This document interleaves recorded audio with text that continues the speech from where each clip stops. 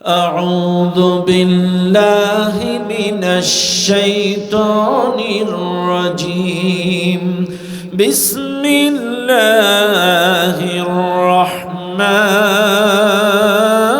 الرحيم واعبدوا الله ولا تشركوا به شيئا وبالوالدين إحسانا সাদাকাল্লাহুল আযীম। সূরাটির নাম সূরাতুন নিসা। এই সূরাটা নাজিল হয়েছে মদিনায়। সূরাটির মোট আয়াত সংখ্যা ১৭৭, রুকু সংখ্যা ২৪। এই সূরাটার ৩৬ নম্বর আয়াতের কিছু অংশ আমি আপনাদের সামনে তেলাওয়াত করেছি। পুরো আয়াতটা আমি তেলাওয়াত করি নাই, কারণ আমি আলোচনা করে শেষ করতে পারবো না। এখন এই আয়াতের মধ্যে অত্যন্ত গুরুত্বপূর্ণ কিছু আদেশ, কিছু নির্দেশ, কিছু উপদেশ আল্লাহ তাআলা আমাদেরকে দিয়েছেন। এই মাহফিলে যারা আছেন, আমি আবারও বলছি, আমি অনর্থক অযৌক্তিক একটি কথাও বলি না, বলবো না ইনশাআল্লাহ। আমার প্রত্যেকটা কথা আপনারা তৃতীয় নয়ন দিয়ে শুনবেন। জোরে বলেন, কি নয়ন? তৃতীয় নয়ন মানে কি? অন্তর দিয়ে শুনবেন, অন্তরের চোখ দিয়ে, অন্তরের কান দিয়ে শুনবেন। মনে থাকবেন ইনশাআল্লাহ।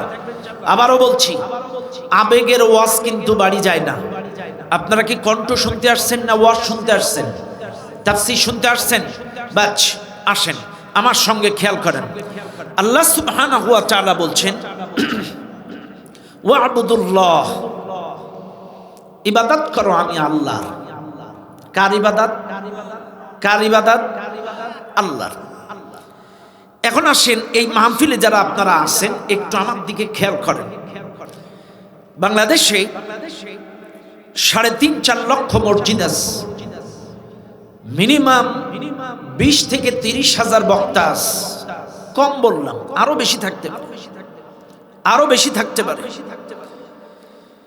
যত বক্তা আছে, যত আলেম আছে, দাঈ ইলাল্লাহ, খতিব, বক্তা, মাদ্রাসার শিক্ষক, মুহতামিম, শাইখুল হাদিস, যাই বলেন না কেন, সবাই কিন্তু এক তরিকার না, এক সিলসিলার না, এক মতাদর্শের না। এক একজন এক এক তরিকার, এক এক সিলসিলার, এক এক কায়দার। যে যখন মঞ্চে আসে, তার মনের রঙের তুলি দিয়ে কোরআনের তাফসীর করে চলে যান। যে যখন মঞ্চে ওঠে, সে তখন তার মনে তুলি দিয়ে তার তরিকার গান গেয়ে চলে যান। আসলে কি কোরআন নির্দিষ্ট কোন তরিকার কথা? না, নির্দিষ্ট কোন সিলসিলার, নির্দিষ্ট কোন মাযহাবের? এই কোরআন কার? সবার। হুদাল লিন্নাস, হাদা বায়ানুল লিন্নাস, হুদাল লিল মুত্তাকিন। এই কিতাবটি গোটা দুনিয়ার মানুষের জন্য হেদায়েত। এই কিতাবটি গোটা দুনিয়ার মানুষের জন্য উপদেশ, ডিরেকশন, দিক ও নির্দেশনা। আপনি কেমনে চলবেন, তার দিক নির্দেশনা, উপদেশ হচ্ছে এই কিতাব। এখন আসেন, আমাদের দেশের বক্তা, ইমাম, খতিব যারা, এরা নিজেদের মতো করে ব্যাখ্যা করেন। লক্ষ্য করেন, এখানে আল্লাহ বলছেন ওয়া'বুদুল্লাহ, ইবাদত করো আমি আল্লাহ, ইবাদত করো আল্লাহ। এখন আপনারা বলেন, ইবাদত মানে তো শুধু নামাজ নাকি? রোজা? শুধু হজ? কি? শুনে নেন এই মাহফিলের জনগণ, এই মাহফিলে যারা আছেন, এই দেশের মানুষ, তাদের চিন্তা, তাদের ধারণা নামাজটাই শুধু ইবাদত। আবার কারের ধারণা শুধু রোজাটা ইবাদত, নামাজ রোজাটা ইবাদত, নামাজ রোজা হজ করাটা ইবাদত, আর কোনো কিছু ইবাদত না। এই দেশের মানুষের এটা ধারণা। কিন্তু মনে রাখবেন, এই মাহফিলে যারা আপনারা আছেন, প্রত্যেকে শুনে নেন, একজন এক সিলসিলার, এক তরিকার হুজুররা এসে বলেন, ওয়ামা খালাকতুল জিন্না ওয়াল ইনসা ইল্লা লিয়াবুদুন। আল্লাহ জিন এবং ইনসানকে সৃষ্টি করেছে তার ইবাদতের জন্য। আসো নামাজ পড়ো, যা করো করো করো করো করো করো করো, অন্তত নামাজটা পড়ো। কথা না, এক সিলসিলার লোকেরা বলে নামাজটা ইবাদত, যা করো করো নামাজটা পড়ো, নামাজ নামাজ নামাজ নামাজ নামাজ, যা করো করো নামাজটা পড়ো, নামাজটা ইবাদত, নামাজ ছাড়া কোনো কিছুই কামে লাগবে না। এক সিলসিলার এক তরিকার লোকেরা এই ব্যাখ্যা করে চলে গেল। এই জন্য আমার দেশের অসংখ্য মানুষ আছে দেখবেন, সুদ খাই খাক নামাজটা পড়ে, ঘুষ খাই খাক নামাজটা পড়ে, জিনা করে করুক নামাজটা পড়ে, মানুষ হত্যা করে জুলুম করে নির্যাতন চালাই চালাক নামাজ পড়ে। কারণ মসজিদের হুজুর বলেছে যা করো করো নামাজটা পড়ো, অর্থাৎ নামাজটা ইবাদত। ইবাদত তো ঠিক আছে, আর যা করি করি করি ইবাদত ঠিক আছে, কথা কথা। নামাজটাই যদি শুধু ইবাদত হবে, নামাজটা কি শুধু ইবাদত? অনেকের ধারণা এটা। আরে ভাই একটু বিশ্বাস করেন, আবার আমাদের দেশে এই ওয়াজের সাথে হাদিসও বলে আসসালাতু মিফতাহুল জান্নাহ, সালাত বেহেশতের চাবি, এই কথাটাও বলে। কিন্তু আমার কথা হলো, আপনারা ভালো করে খেয়াল করেন, চাবি আছে কারো কাছে? চাবি চাবি এটা চাবি দেন তো, আসেন তো। অনেকেই আমাদের দেশে আবার এই ব্যাখ্যা করে নামাজ বেহেশতের চাবি। এটা দিছে, আমি জাস্ট বোঝানোর জন্য বলছি। বাইরে একটু খেয়াল করেন, সোজা অংশটা নামাজ, আর এই দুই ধারে 1 2 3 4 5 6 7 8 9টা ঘাট আছে। কয়টা ঘাট? 9টা ঘাট আছে দুই পাশে, আর সোজা অংশটা চাবি, ওই দুই পাশে হচ্ছে 9টা ঘাট। অর্থাৎ উদখুলু ফিস সিলমি কাফা, সোজা অংশটা সালাত, আর 9টা ঘাট মিলিয়ে পরিপূর্ণ ইসলাম।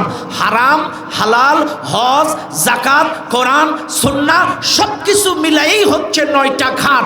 এরপরে তালায় ঢুকাবেন, জান্নাতের তালা খুলবে।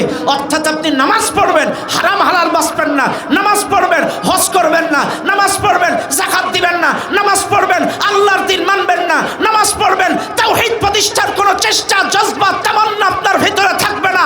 অর্থাৎ বোঝা গেল আপনার কাছে জান্নাতের তালা চাবি আছে, কিন্তু ঘাট নাই। আর যেই চাবির ঘাট থাকে না, ভূতা চাবি দিয়ে কখনো তালা খোলে না। কতক্ষণ?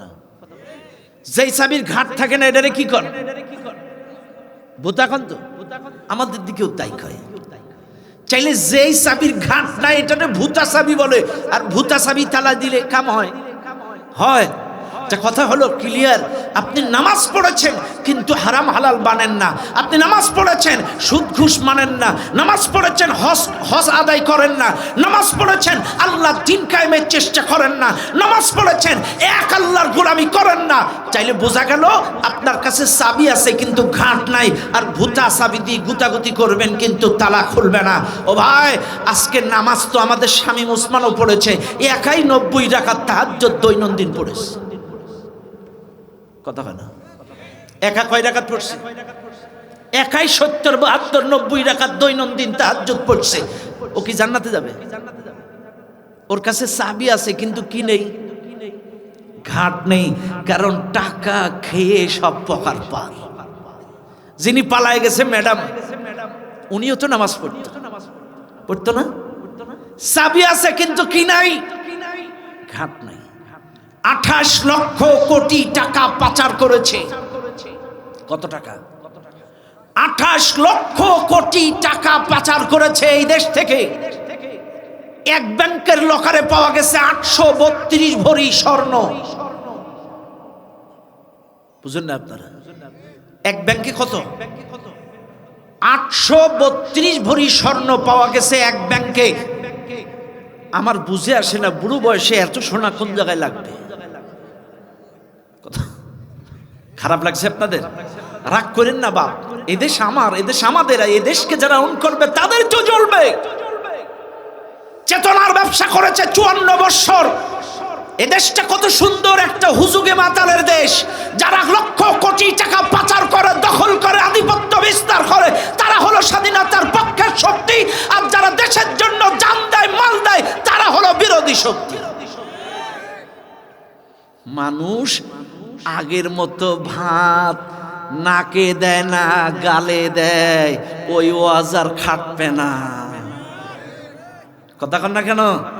মানুষ ভাত কোথায় দেয়? নাকে দেয় না, গালে দেয়। কতক্ষণ ঠিক না বেটি?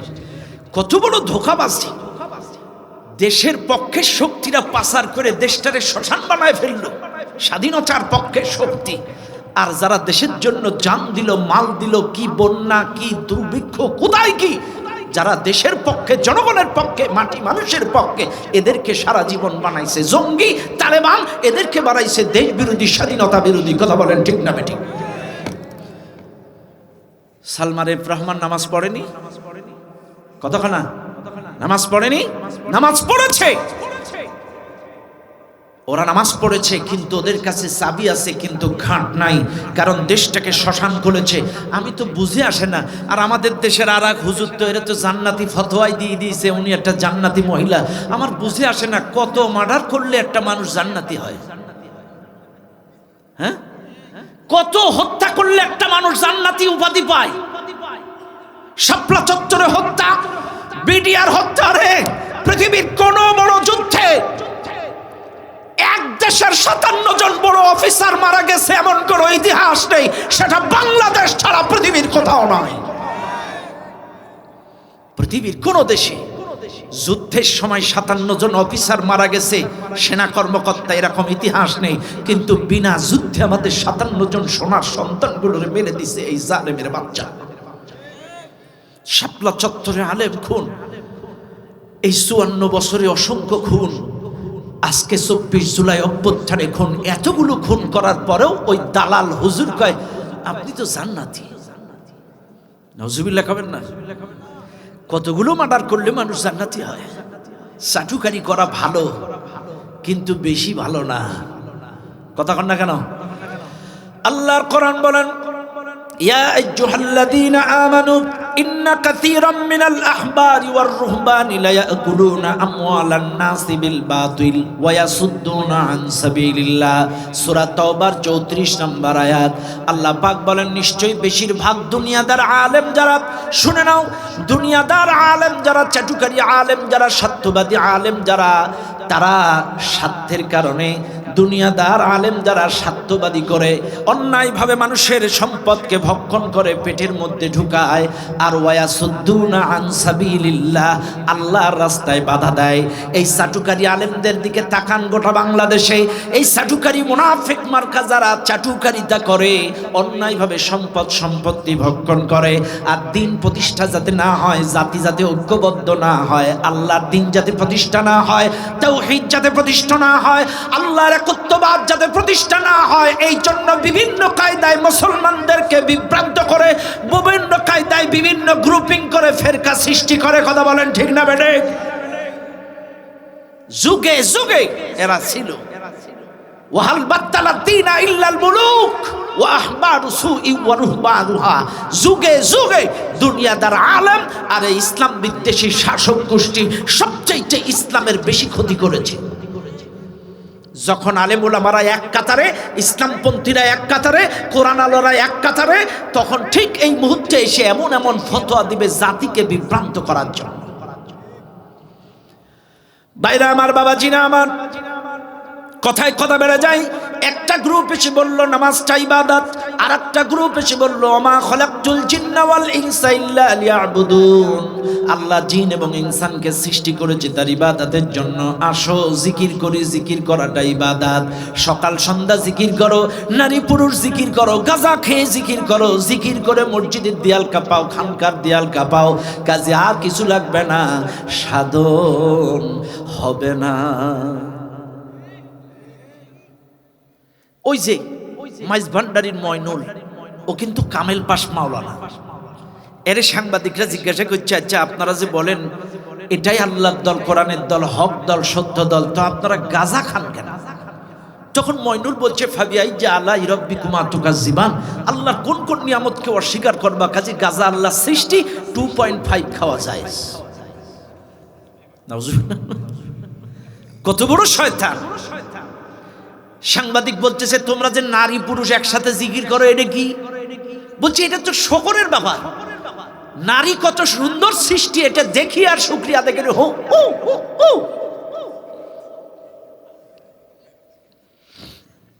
তাইলে কেউ কেউ মনে করছে গাঁজা খেয়ে নারী পুরুষ একসাথে জিকির করাটাই ইবাদত। ওরা এই আয়াত পড়ে কিন্তু ব্যাখ্যা দেয় ওই দিকে।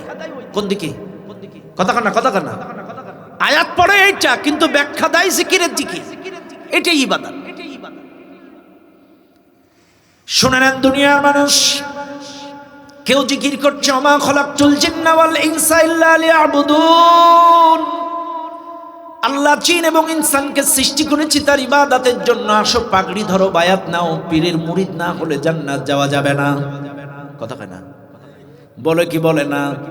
আবার বলে আমার পীর তোমাকে হাতির পিঠে করে পার করাবে, আমার বাবাই তোমাকে জাহাজে করে পার করাবে। এমন অসংখ্য কথাবার্তা এই দেশের নাদান মুরিদরা এগুলো বিশ্বাস করে আর এগুলো বলে, আর তাতেই তারা পীরের বায়াত গ্রহণ করে। কথা বলেন ঠিক না বেঠিক? এটাকে তারা ইবাদত মনে করে। আর এটা শুনে নেন, আপনাদেরকে বলে যাই, এই জাতীয় ভণ্ড পীর যারা আছে তারাও জাতিকে ধোঁকা দেয়। কারণ তাদের কাছে ওহী নাজিল হয়, ওহীর ভিত্তিতে ধোঁকা দেয়। বুঝেন আপনারা? ওহী কি বুঝেন? ওহীর ভিত্তিতে ধোঁকা দেয়। এখন বলবেন হুজুর ওহী, পীর সাহেবদের কাছে ওহী আসে, এটা বিশ্বাস হয় আপনাদের? হ্যাঁ, বিশ্বাস হয় না? হয় হয় হয়, পীর সাহেবদের কাছে ওহী হয়। আমি ধরায় দিচ্ছি, ওয়া ইন্নাশ শায়াতিনা লায়ুহুনা ইলা আউলিয়াইহিম লিয়ুজাদিলুকুম, কোরআনের আয়াত। আল্লাহ পাক বলেন একটা ওহী হচ্ছে আল্লাহর পক্ষ থেকে তার নবীদের কাছে এসেছিল, আর 2 নাম্বার হচ্ছে ইবলিস শয়তান ওহী করে তার চেলা ভণ্ড পীর এই সকল সাধকদের কাছে। কথা বুঝেন না আপনারা? কারণ তাদের কাছে ওহী আসে যাতে করে বিভ্রান্তি সৃষ্টি করে, জাতিকে বানানো সবক দেয়। এরা কিন্তু আবার শরীয়ত রচনা করে। আমলাহুম শুরাকা ও শারউ লাহুম মিনাদ দীনি মা লাম ইয়াযাম বিহিল্লাহ। এই সকল ভণ্ড পীররা আবার দেখবেন কোরআন হাদিস নাই, ওদের নিজেদের বানানো সবক দেয়। আর মুরিদরা কোরআন বাদ দিয়ে, হাদিস বাদ দিয়ে ওই সকল সবকই বিশ্বাস করে। এটাই জান্নাতে যাওয়ার রাস্তা। কথা কানা?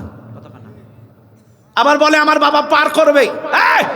কে বলছে তোর বাবা পার করবে? ওয়াত্তাকু ইয়াওমান লা তাজসি নাফসুন আন নাফস ওয়ালা ইউকবালু মিনহা শাফাআহ ওয়ালা ইউখাযু মিনহা আদলু ওয়ালা হুম ইউনসারুন। সূরাতুল বাকারা আল্লাহ পাক বলছেন ভয় করো সেই দিনে, যেই দিন কেউ কারোর কোনো উপকারে আসবে না।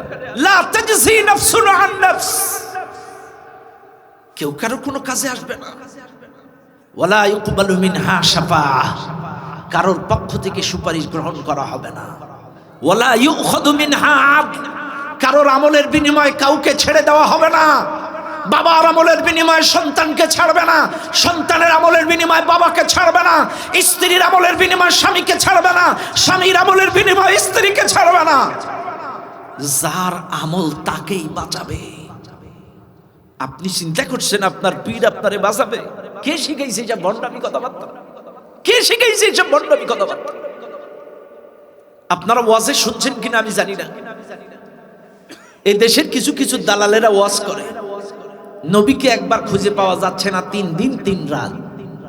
নবী নাই নাই নাই নাই, নবী নাই নাই নাই, নবী নাই নাই নাই, নবী নাই। কই কই? খুঁজে দিয়ে দেখে এক পাহাড়ের গুহায় নবী সেজদায় পড়ে আছে 3 দিন 3 রাত। ইয়া উম্মতি ইয়া উম্মতি ইয়া উম্মতি। আবু বকর সে বলছে হুজুর আমার জীবনের সব নেকামল আপনার উম্মতের দিয়ে দিলাম, মাথা তোলেন। ওসমান যে বলে নেকামল দিলাম, আপনি মাথা তোলেন। ওমর বলছে সব দিয়ে দিলাম, মাথা তোলেন।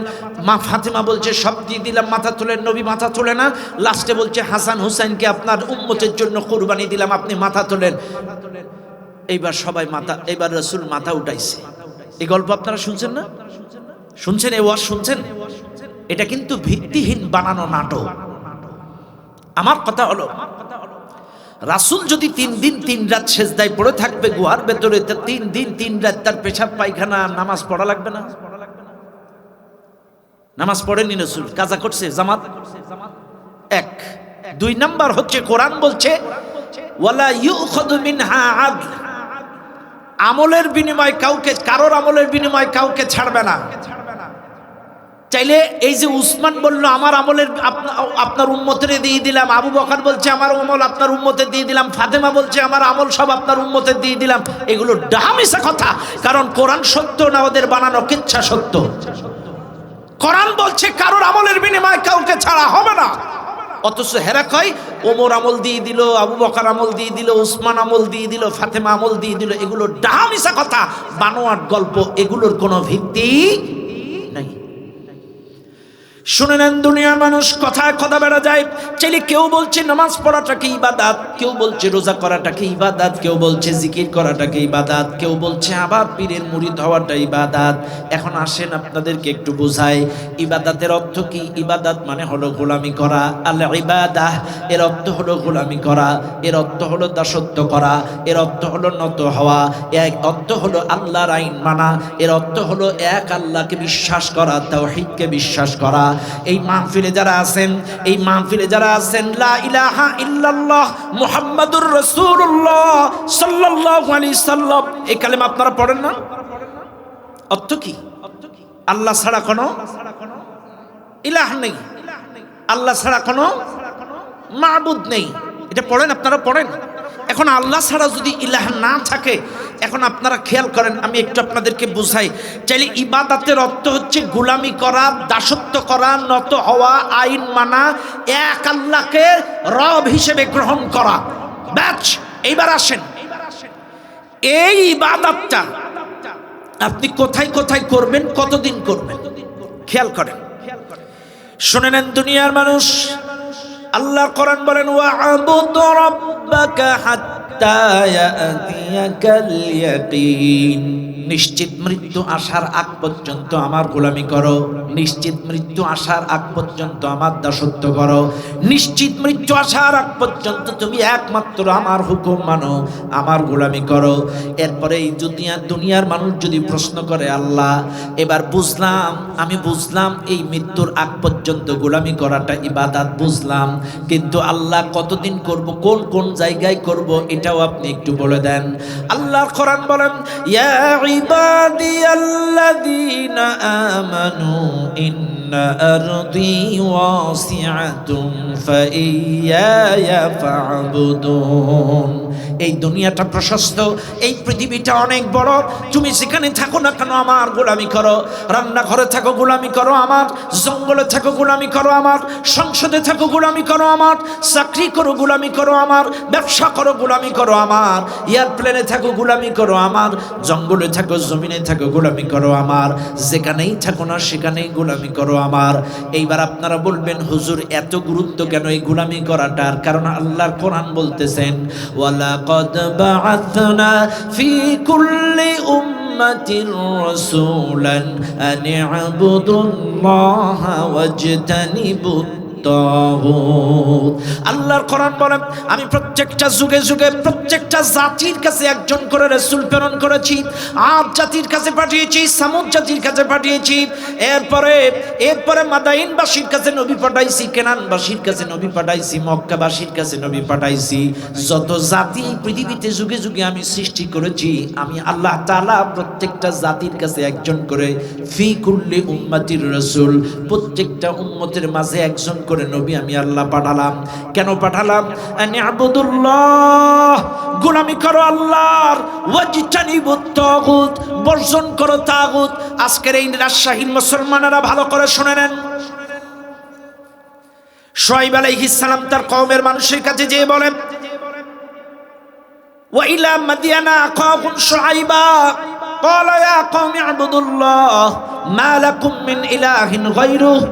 শুআয়ব আলাইহিস সালাম তার কওমের মানুষদেরকে বলে আমার কওমের মানুষেরা গোলামি করো আল্লাহর, আল্লাহ ছাড়া কোনো ইলাহ নাই। এরপরে ওয়া ইলা আদিন আখাহুম হুদা ক্বালা ইয়া কওমি ই'বুদুল্লাহ মা লাকুম মিন ইলাহিন গায়রু। আদ জাতির কাছে হুদ আলাইহিস সালাম যে বলেছিল আমার কওমের মানুষেরা গোলামি করো আল্লাহর, আল্লাহ ছাড়া কোনো ইলাহ নাই। ওয়া ইলা সামুদা আখাহুম সালিহা ক্বালা ইয়া কওমি আবুদুল্লাহ মা লাকুম মিন ইলাহিন গায়রু।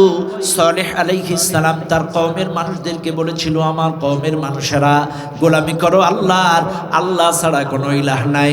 নূহ আলাইহিস সালাম লাকাদ আরসালনা নূহান ইলা কওমিহি ফাকালা ইয়া কওমি আবুদুল্লাহ মা লাকুম মিন ইলাহিন গায়রু। নূহ আলাইহিস সালাম তার কওমের মানুষদেরকে একই দাওয়াত দিলেন।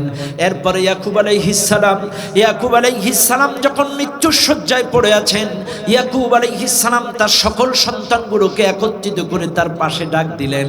সকল সন্তানেরা এক জায়গায় হয়ে গেলেন। ইয়াকুব আলাইহিস সালাম ডাক দিয়ে বললেন, আম কুনতুম শুহাদা ইয হাদারা ইয়াকুবাল মাউত ইয ক্বালা লিবানিহি মা তা'বুদুনা মিন বা'দি ক্বালু না'বুদু ইলাহাকা ওয়া ইলাহা আবাইকা ইব্রাহিম ওয়া ইসমাঈল ওয়া ইসহাক ইলাহান ওয়াহিদা ওয়া নাহনু লাহু মুসলিমুন। আল্লাহর কোরআন ডাক দিয়ে বলে, ইয়াকুব আলাইহিস সালাম যখন মৃত্যুশয্যায়, ইয়াকুব আলাইহিস সালাম তার সন্তানদেরকে ডেকে বলেন, ও আমার সন্তানেরা, আমার ইন্তেকালের পরে কোন জিনিসের ইবাদত তোমরা করবা? সন্তানরা সেদিন ইয়াকুব আলাইহিস সালামকে বলেছিল, আমার বাবা, আপনার ইন্তেকালের পরে আপনার রব, আপনার পিতৃপুরুষের রব, ইব্রাহিমের রব, ইসমাইলের রব, ইসহাকের রব, ওই একই রবের গোলামি আমরাও করব। জানি সব নবীরাই এই ইবাদতের দাওয়াত দিছে। এখন আসেন তো, এই মাহফিলে যারা আছেন একটু আপনাদেরকে বুঝাই। এই ইবাদতের অর্থ কিন্তু আমি আপনাদেরকে বুঝালাম। ইবাদতের অর্থ গোলামি করা। ইবাদতের অর্থ কি? গোলামি করা, এক আল্লাহর গোলামি করা। এখন আপনারা এই গোলামি কি খালি মসজিদে করবেন? কথা না, আমাদের দেশের মানুষ কত পাগল, কত সালাক। নামাজটা ইসলামের নিয়মে করে, রাসূলের আদর্শ মোতাবেক করে, রোজাটা রাসূলের আদর্শ মোতাবেক করে, হজটা রাসূলের আদর্শ মোতাবেক করে, কিন্তু রাজনীতিটা আব্রাহাম লিঙ্কনের আদর্শতে করে, ব্যবসাটা ওদের নিত্যে করে, অর্থনীতি ওদের ইচ্ছা মতো করে। আরে কে শিখালো আপনাকে? গোলামি করলে সব জায়গায় গোলামি করতে হবে, কারণ ইবাদতের অর্থ গোলামি করা। এক আল্লাহর গোলামি শুধু মসজিদের মধ্যে নয়। আজকে এই দেশের মানুষ তাকান আপনি, শুধু মসজিদের মধ্যে আল্লাহর গোলামি করে। ইয়্যাকা না'বুদু ওয়া ইয়্যাকা নাস্তাঈন, তোমারই গোলামি করি, তোমারই সাহায্য চাই। এই কথাটা মসজিদে বলে, আর বাইরে যেয়ে মানুষের সাহায্য চাই। কথা না, বাইরে সাহায্য চাই কার? মানুষের। দেখেন আমি ধরাই। আচ্ছা, মসজিদের মধ্যে গোলামি করলেন আল্লাহর, ব্যবসার মধ্যে করেন কার? আল্লাহর করেন। দেখাই দিই। আমি একটা রিয়াল চাইছিলাম, প্রথমে এসে একটা রিয়াল চাইছিলাম, কারণ কোরআন শরীফটা যদি নিচু হয়ে যায় এটা আদবের খেলাফ। নাভি বরাবর কোরআন উপরে রাখতে হয়। খেয়াল করেন এই মাহফিলে যারা আছে, আপনার এই নিকটবর্তী বাজারের নাম কি? সরঞ্জাম বাজার। এখন আসেন, আপনি এই বাজারে গেছেন, এই শাড়িটার দাম কত ভাই? দোকানে এক হাজী সাহেবের দোকানে গেছেন, শাড়িটার দাম কত? আরে তুমি আমার এলাকার লোক, একটা টাকাও লাভ দিতে হবে না, কেনা দাম 3000 টাকা দাও, অথচ 1200 টাকায় কেনা। কতখানা? কয় টাকায় কেনা? চাইলে আপনার ব্যবসার মধ্যে কি নাই? আল্লাহর গোলামি আছে। আল্লাহ কি বলেছেন? ব্যবসা করার সময় মিথ্যা কথা বলা জায়েজ। ইয়া আইয়ুহাল্লাযীনা আমানুত্তাকুল্লাহ ওয়া কুলু কওলান সাদীদা। ইমানদারগণ, আমি আল্লাহকে ভয় করো, সত্য কথা বলো। তুমি 1200 টাকার জিনিস 3000 টাকা বলে চালায় দিলে, তাও নাকি আবার কেনা দাম। কথা না, তাহলে ব্যবসার মধ্যে কি নাই? গোলামি নাই। এবার আসেন, চাকরির মধ্যে গোলামি করবেন কার? হ্যাঁ করেন। চাকরির মধ্যে তো ঘুষ টুস খান না তো আপনারা? রাজশাহীর লোক ঘুষ খায় না? হ্যাঁ খান খান খান। আসেন তো আপনারা একটু ভালো করে আমার দিকে তাকান। ভাই এই মাহফিলে যারা আছেন শোনেন, আমাদের ইউনুস চাচা কিন্তু লোক ভালো, ব্যক্তি লোক ভালো। ইউনুস চাচা ব্যক্তি লোক ভালো, কিন্তু ভালো রাষ্ট্রনায়ক না। ইনি অর্থনীতিবিদ, এটা স্বীকার করি, কিন্তু ভালো রাজনীতিবিদ নয়, ভালো রাষ্ট্রনায়ক নয়। কারণ তিনি যদিও দেশটা চাইনে ধরে রাখার চেষ্টা করছে, কিন্তু অপদার্থ কিছু উপদেষ্টার কারণে দেশের জনগণের জানমালের কোনো নিরাপত্তা নাই। কথা কন না কেন? অপদার্থ হিজরা মার্কা কিছু উপদেষ্টা, হিজরাদের তাও গুণ আছে। কথা কেন? হিজরাদের তাও কিছু গুণ আছে, দাপায়া দুপায়া পাবলিকদের সাইজ করে টাকা তুলে নিয়ে চলে যায়। কথা আছে না? বাচ্চা যদি কারোর বাড়ি হইছে মোটামুটি 2000 টাকার নিচে নড়ে না, আর পার্টি যদি ভালো হয় 10,000। কথা কন না? আপনাদের দিকেও আছে নাকি? আমাদের দিকেও চালু আছে এটা হয়েছে। কাজে এদেরটাও বৈশিষ্ট্য আছে, কিন্তু কিছু অপদার্থ বৈশিষ্ট্য উপদেষ্টা, এদের কোনো গুণাবলী নাই। কিন্তু বিশ্বাস করেন, তোরা তো সবকটা পালায় গেছিস, কিন্তু ইউনুস চাচা পালানোর লোক না। ইউনুস চাচা পালানোর লোক না, প্রকৃত অর্থে দেশকে তিনি ভালোবাসে। তোরা তো অপদার্থ, শুধু ভারতের মামুরা ছাড়া তোদের কেউ জায়গা দিল না, কোন দেশ তোদের নেত্রীকে জায়গা দিল না। কিন্তু ইউনুস চাচা এমন একটা লোক, পৃথিবীর যে কোনো দেশ তাকে হাত পেতে স্বাগত জানিয়ে গ্রহণ করবে। পৃথিবীর যে কোনো দেশ তাকে গ্রহণ করবে। তিনি যদি যাওয়ার হতো অনেক আগেই যাইতো, ওই 4-5 তলা কোর্টে তাকে সিঁড়ি বেয়ে বেয়ে উপরে উঠতে হতো না বয়োবৃদ্ধ এই লোকটাকে। কিন্তু তিনি প্রকৃত দেশকে ভালোবাসে, এই জন্য তিনি দেশ ছেড়ে যেতে চাইনি, তিনি দেশের কল্যাণ চেয়েছেন। আসলে বিশ্বাস করেন, কিন্তু অপদার্থ কিছু উপদেষ্টার কারণে তিনি ব্যর্থ। কথা বলেন ঠিক না বেটি? ইউনুস চাচা মাঝখানে টাইম করতেছিল, কেউ যদি ঘুষ খায়, দুর্নীতি করে, চাকরিতে ডিউটি না করে, তার চাকরি বরখাস্ত শেষ। কিন্তু আমাদের দেশের চাকরিজীবীরা তো সব ফেরেশতা, একটাও রাজি হয়নি এতে। কথা না? একটাও চালু হয়। আচ্ছা আপনারা বলেন তো, এই মাহফিলে যারা আছেন আমার সাথে বলেন, চাকরিতে রাজশাহীর লোক কি ঘুষ খায় নাকি? খায় না। দেখেন এই মাহফিলে আপনারা যারা আছেন, আপনাদের বাবা আছে কাদের? হাত তোলেন তো। বাবা আছে কাদের? হাত নামান। বাবা নাই কাদের? আচ্ছা হাত নামান। আচ্ছা আছে আর নাই উভয় পক্ষ হাত তোলেন, হাত নামান। এইবার আপনারা বলেন, আমাদের বাবা খারাপ বাবা, হাত তোলেন। আছেন একটাও? নাই তো। কারোর বাবা খারাপ না, তাহলে ভালো বাবা যাদের, তারা হাত তোলেন। আমাদের বাবা, সবাই বলেন আমাদের বাবা, হাত নামান। চাইলে আপনাদের সবার বাবা ভালো বাবা, তাহলে ঘুষ খায় কার বাবা? কথা কয় না। আমার মতো বাবা? আমি তো চাকরি করি না বাবাজি।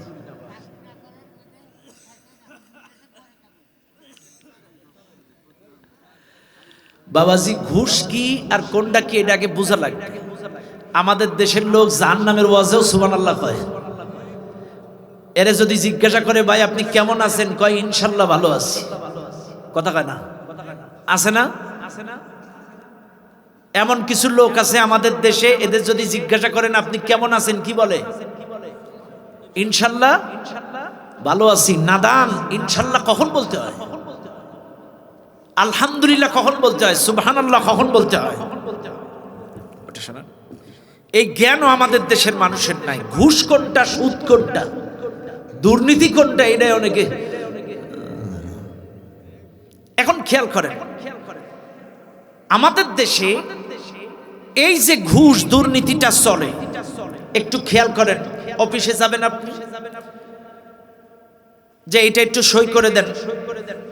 রমজান মাসের কথা বলছি। রমজান মাসে এক অফিসে গেছে, এই ফাইলটা একটু সিগনেচার করে দেন স্যার। স্যার রোজা আছে, মুখে দাঁড়িয়ে আছে, বলছে 25,000 টাকা ঘুষ দিচ্ছিল। এটা রমজান মাস, পাক পবিত্র মাস, তোদের ঘুষের টাকা আমি হাত দিয়ে নাপাক, এই হাত দিয়ে ধরবো, ওই ড্রয়ারের মধ্যে রাখ, ইফতারের পর দেখবো। কথা না? আছে আছে আছে। আমি মাঝে মাঝে একটা ঘুষের বিরুদ্ধে গান বলি, বলবো? শোনো এই দেশটার গল্প করি, দেশটা মনে হয় স্বপ্নপুরী। শোনো এই দেশটার গল্প করি, দেশটা মনে হয় স্বপ্নপুরী। সুদখোর ঘুষখোর মদখোর জুয়াখোর হেতায় আছে ভরি ভরি, হেতায় আছে ভরি ভরি। শোনো এই দেশটার গল্প করি। এ দেশে অসৎ কামাই কেউ করে না, তবে সুযোগ পেলে ঘুষের টাকা কেউ কতখানা ছাড়ে ছাড়ে। এ দেশে অসৎ কামাই কেউ করে না, তবে সুযোগ পেলে ঘুষের টাকা কেউ ছাড়ে না। টেবিলের নিচ থেকে হাত বাড়িয়ে কালো টাকাটা নেই ছাড়িয়ে, করছে ওরা বড় দেশের চুরি, দেশের চুরি। শোনো এই দেশটার গল্প করি। শুনে নেন দুনিয়ার মানুষ, চাইলে ব্যবসার মধ্যে গোলামি আল্লাহর। এবার বলেন চাকরি করার সময় গোলামি করবেন কার? আরো জোরে বলেন কার? অবৈধ উপার্জন করা যাবে, অবৈধ খাওয়া যাবে না, হারাম খাওয়া যাবে না।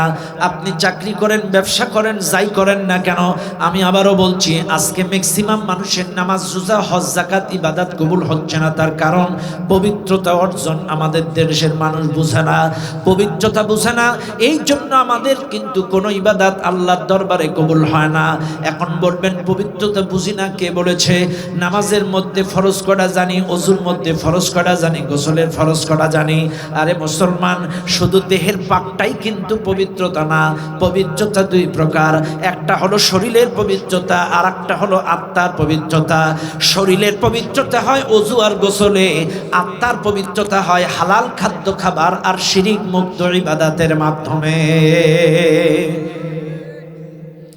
শরীর পাক হয় ওযু আর গোসলে, কিন্তু আত্মা পবিত্রতা হয় হালাল খাদ্য খাবার আর শিরিক মুক্ত রিয়া মুক্ত ইবাদতের মাধ্যমে। কিন্তু বুকে হাত দিয়ে বলেন, আপনার ওযু গোসল ঠিক আছে, আপনার খাদ্যটা হালাল তো? কতখানা শুনে নেন আজকের এই মাহফিলের জনগণ। এই মাহফিলে যারা আছেন একটু ভালো করে লক্ষ্য করেন।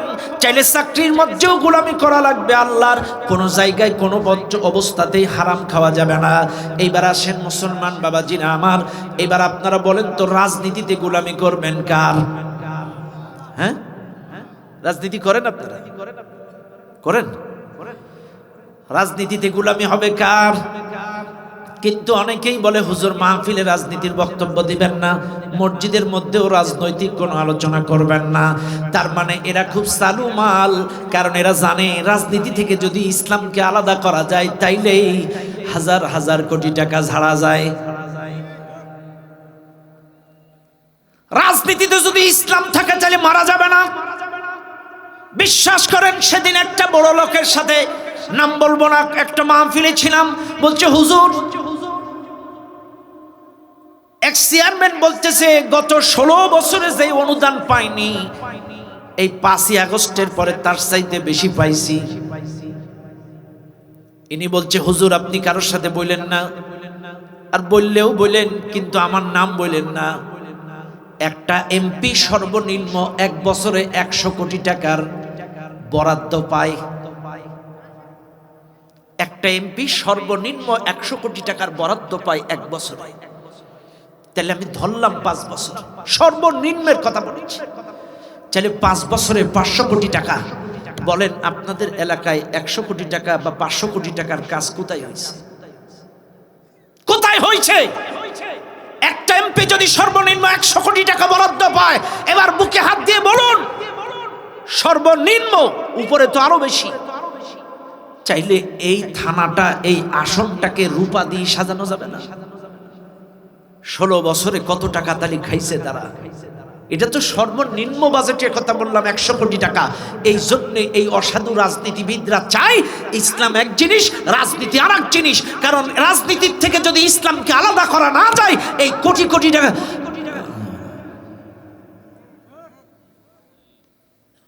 এই জন্য এরা বলে ইসলাম এক জিনিস, রাজনীতি আর এক জিনিস। এ ভাই একটু খেয়াল করেন, রাজনীতি হলো শ্রেষ্ঠ নীতিমালার নাম রাজনীতি। রাষ্ট্র চালানোর মূল নীতির নাম রাজনীতি। এখন রাষ্ট্র আমার রাসূল কি দিয়ে চালালেন একটু আপনাদের সংক্ষিপ্ত ধারণা দেই। এই মাহফিলে যারা আছেন, যারা বলে ইসলাম এক জিনিস, রাজনীতি আর এক জিনিস, তাদের উদ্দেশ্যে আমার এই ছোট্ট কথা। আল্লাহর নবী, বিশ্ব নবী 50তম বৎসরে শিয়াবে আবি তালিবের পাড়িয়া জেলখানা থেকে মুক্ত হলো। জেলখানা থেকে মুক্ত হওয়ার পরে কিছুদিন পরে নবীজির চাচা আব্বাস, নবীজির চাচা আবু তালেব মারা গেল। 6 মাস পরে চাচা আবু তালেব মারা গেল। তার কিছুদিন পরে মারা গেল বিবি খাদিজা, নবীজির স্ত্রী মারা গেল। চাচা আবু তালেব এমন একজন মানুষ ছিলেন, তিনি ইসলাম কবুল করে নাই। কিন্তু শুনে নেন এই মাহফিলের জনগণ, চাচা আবু তালেব যতদিন বেঁচে ছিল ভাতিজা মুহাম্মদকে আপন সন্তানের চাইতে বেশি মহাব্বত করত, ভালোবাসত। যদিও ইসলাম কবুল করে নাই, কিন্তু তিনি যতদিন বেঁচে ছিলেন ভাতিজা মুহাম্মাদের গায়ে একটা ফুলের টোকাও লাগতে দেয় নাই। 40-এ নবী নবুয়াতি পাইছে। 40 থেকে প্রথম 3 বছর নবী গোপনে দাওয়াতি কাজ করছে, এরপরে প্রকাশ্যে দাওয়াতি কাজ করছে। কিন্তু বিশ্বাস করেন, চাচা আবু তালেব যতদিন বেঁচে ছিল 10 বছরের মধ্যে মক্কার কাফেররা রাসূলকে পাগলা বলেছে, জাদুকর বলেছে, গণক ঠাকুর বলেছে, কিন্তু একটা ফুলের টোকা মারতে পারে নাই, গায়ে আঘাত করতে পারে নাই, হাত তুলতে পারে নাই। শুনে নেন আজকে এই দুনিয়ার মানুষ, চাচা আবু তালেব মারা গেল, কিছুদিন পর মা খাদিজা মারা গেল। ঘরের আশ্রয় বাইরের আশ্রয় দুটোটাই শেষ। আমার নবী হতাশ হয়ে গেলেন, ভেঙে পড়লেন।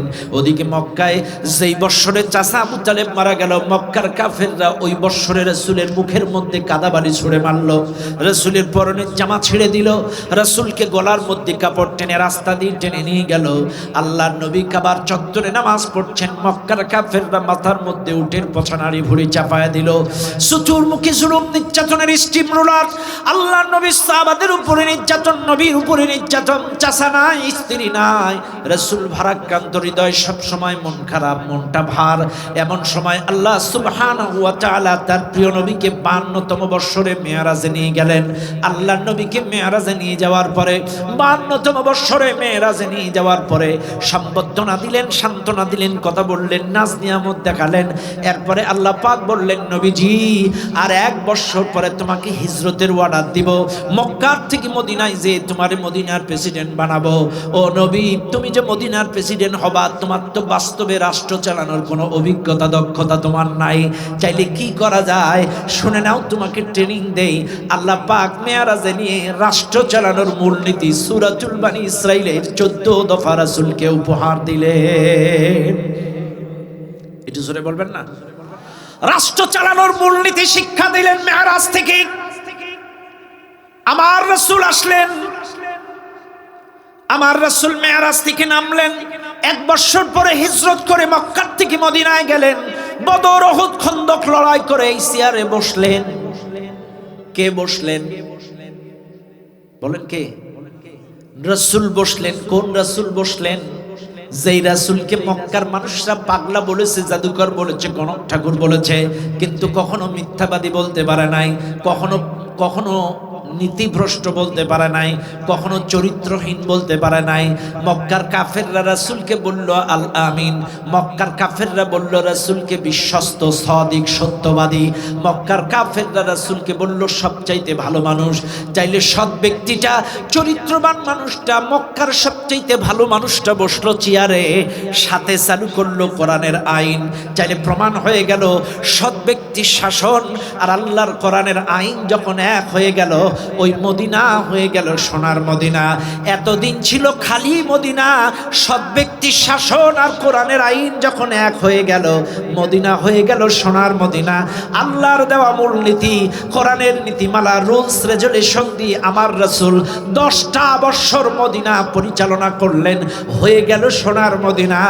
আজকে আপনাদেরকে বলে যাই, সৎ ব্যক্তির শাসন আর কোরআনের আইনের কারণে যদি মদিনা সোনার মদিনা হতে পারে, 54 বছরে সোনার বাংলাদেশ নামে শুনেছি, চোর ছাড়া দেখি নাই।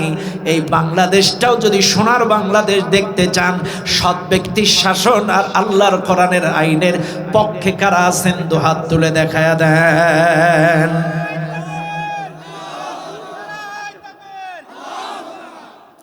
কথা বলেন ঠিক না বেঠিক?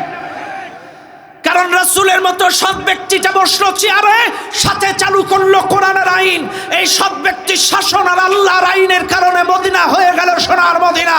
আজকে আপনাদেরকেও বলে যাই, এই বাংলাদেশটা যদি বাস্তবে সোনার বাংলাদেশ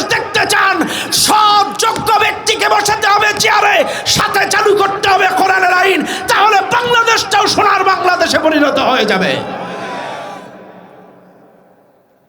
54 বছরে সোনার বাংলাদেশ নামে শুনেছি, কিন্তু কখনো দেখি নাই। কি দেখছেন?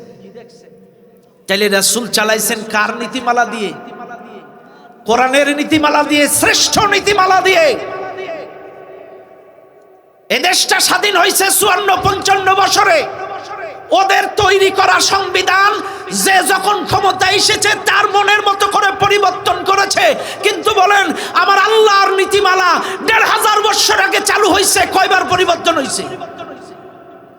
পরিবর্তন হয়েছে? হয়েছে? হয়নি। চাইলে একমাত্র শান্তি দিতে পারে আল্লাহর নীতিমালা, শ্রেষ্ঠ নীতিমালা, কোরআনের নীতিমালা। আর এই কোরআনের নীতিমালা দিয়েই এই রাষ্ট্র পরিচালনা করেছেন আমার নবী। এর নাম হলো ইসলামী রাজনীতি। আর যারা এই জিনিসটা স্বীকার করবে না তারা কখনো ঈমানদার হতে পারে না। তুমি কোরআনের আয়াত শোনোনি? লাকাদ কানা লাকুম ফি রাসূলিল্লাহি উসওয়াতুন হাসানাহ। অবশ্যই রাসূলুল্লাহর মধ্যে রয়েছে উত্তম আদর্শ তোমাদের জন্য। তাই যদি হয়, এখানে ব্যবসায়ী আছে, চাকরিজীবী আছে, রাজনীতিবিদ আছে, বিচারক আছে, অর্থনীতিবিদ আছে, অনেক কোয়ালিটির লোক এই মাহফিলে আছে। আর আল্লাহ বলছেন অবশ্যই তোমাদের জন্য রাসূলুল্লাহর মধ্যে রয়েছে উত্তম আদর্শ।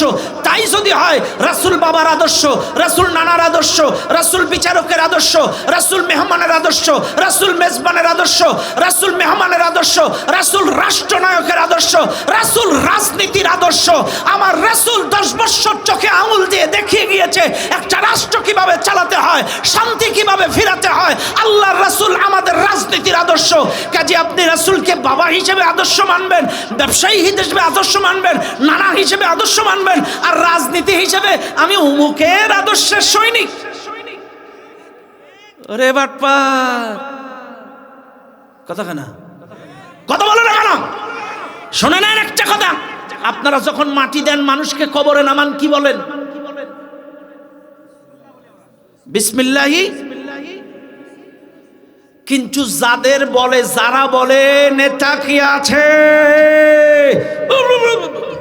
আমি অমুকের আদর্শের সৈনিক, ও যার আদর্শের সৈনিক ওর নামে মাটি দিয়ে দেবেন। কি বিসমিল্লাহি ওয়া আলা মিল্লাতি রাসূলিল্লাহ তাদের ক্ষেত্রে বলবেন যারা রাসূলকে সব ক্ষেত্রে আদর্শ মেনেছে, অনুসরণ অনুকরণ ইত্তেবা করেছে, সহিহ হাদিসগুলো মেনেছে, রাসূলকে ইত্তেবা করেছে, আদর্শ হিসেবে রাসূলকে রাজনীতিবিদ, বিচারক, রাষ্ট্রপতি, রাষ্ট্রনায়ক, স্বামী, নানা, বাবা, ব্যবসায়ী সব ক্ষেত্রে আদর্শ মেনেছে রাসূলকে, তাদের জন্য বিসমিল্লাহি ওয়া আলা মিল্লাতি রাসূলিল্লাহ। আর যারা অমুকের আদর্শ ফলো করে, অমুকের অর্থনীতি ফলো করে, ৭২-এর সংবিধান ফলো করে, ওদেরকে মাটি দেবেন বিসমিল্লাহি। কথাখানা কথাখানা বিসমিল্লাহটাও বলা জায়েজ হবে না ওর জন্য। কথাখানা কষ্ট পাচ্ছেন আপনারা? আমার কথা রাগ করেন না। আপনি বুকে হাত দিয়ে বলেন আপনি নানা হিসেবে আদর্শ মানেন, দাড়িটা রাসূলের মতো, টুপিটা রাসূলের মতো, পাগড়িটা রাসূলের মতো, জুব্বাটা রাসূলের মতো, আর রাজনীতিটা মতো। কেন? গোলামি করতে হবে কার? পরিবারে কার? ব্যবসায় কার? মসজিদে কার? চাকরিতে কার? রাজনীতিতে গোলামি করবেন কার? জোরে বলেন কার? রাজনীতিতেও গোলামি করতে হবে এক আল্লাহ। কারণ আল্লাহই বলছেন ও আবুদুল্লাহ, গোলামি করো আমার। আর এই গোলামি শুধু মসজিদে করলে চলবে না, অর্থনীতিতে, রাজনীতিতে, শিক্ষানীতিতে, পরিবার নীতিতে, সংস্কৃতিতে সব ক্ষেত্রে আমার গোলামি করতে হবে। এর নাম হলো ইবাদত। শুধু নামাজটা ইবাদত? কে শিখাইছে? সব ইবাদত। আল ইবাদাতু ইসমুন জামিউন লিকুল্লি মা ইহিব্বুহুল্লাহ ওয়া ইয়ারদাহু মিনাল আকওয়ালি ওয়াল আ'মালি আয-যাহিরি ওয়াল বাতিন। আপনার যে কাজটাই আল্লাহর জন্য হবে, আল্লাহ খুশি হবে, সেটাই ইবাদত। এই মাহফিলে যারা আছেন আমার সঙ্গে একটু তাকান। চাইলে ইবাদতটা আপাতত বুঝছেন আপনারা? ইবাদত মানে কি? গোলামি করা, দাসত্ব করা, এক আল্লাহর হুকুম মানা, এক আল্লাহর আইন মানা, এক আল্লাহর একত্ববাদ স্বীকার করা। আল্লাহ ছাড়া কাউকে মানা যাবে? দুই নাম্বার ওই যে ওয়াজতানিবুত তাগুত, মনে আছে আপনাদের? আমাদের দেশের মানুষ শুনে নেন, আল্লাহ বলছেন গোলামি করো আল্লাহর আর বর্জন করো তাগুত। এখন বলেন তো তাগুত কাকে বলে? শয়তানের। এটা তো ভালোই শিখছেন, শোনেন, তাগুতের অর্থ শুধু শয়তান না, আপনাদেরকে একটু শিখায়া যায়।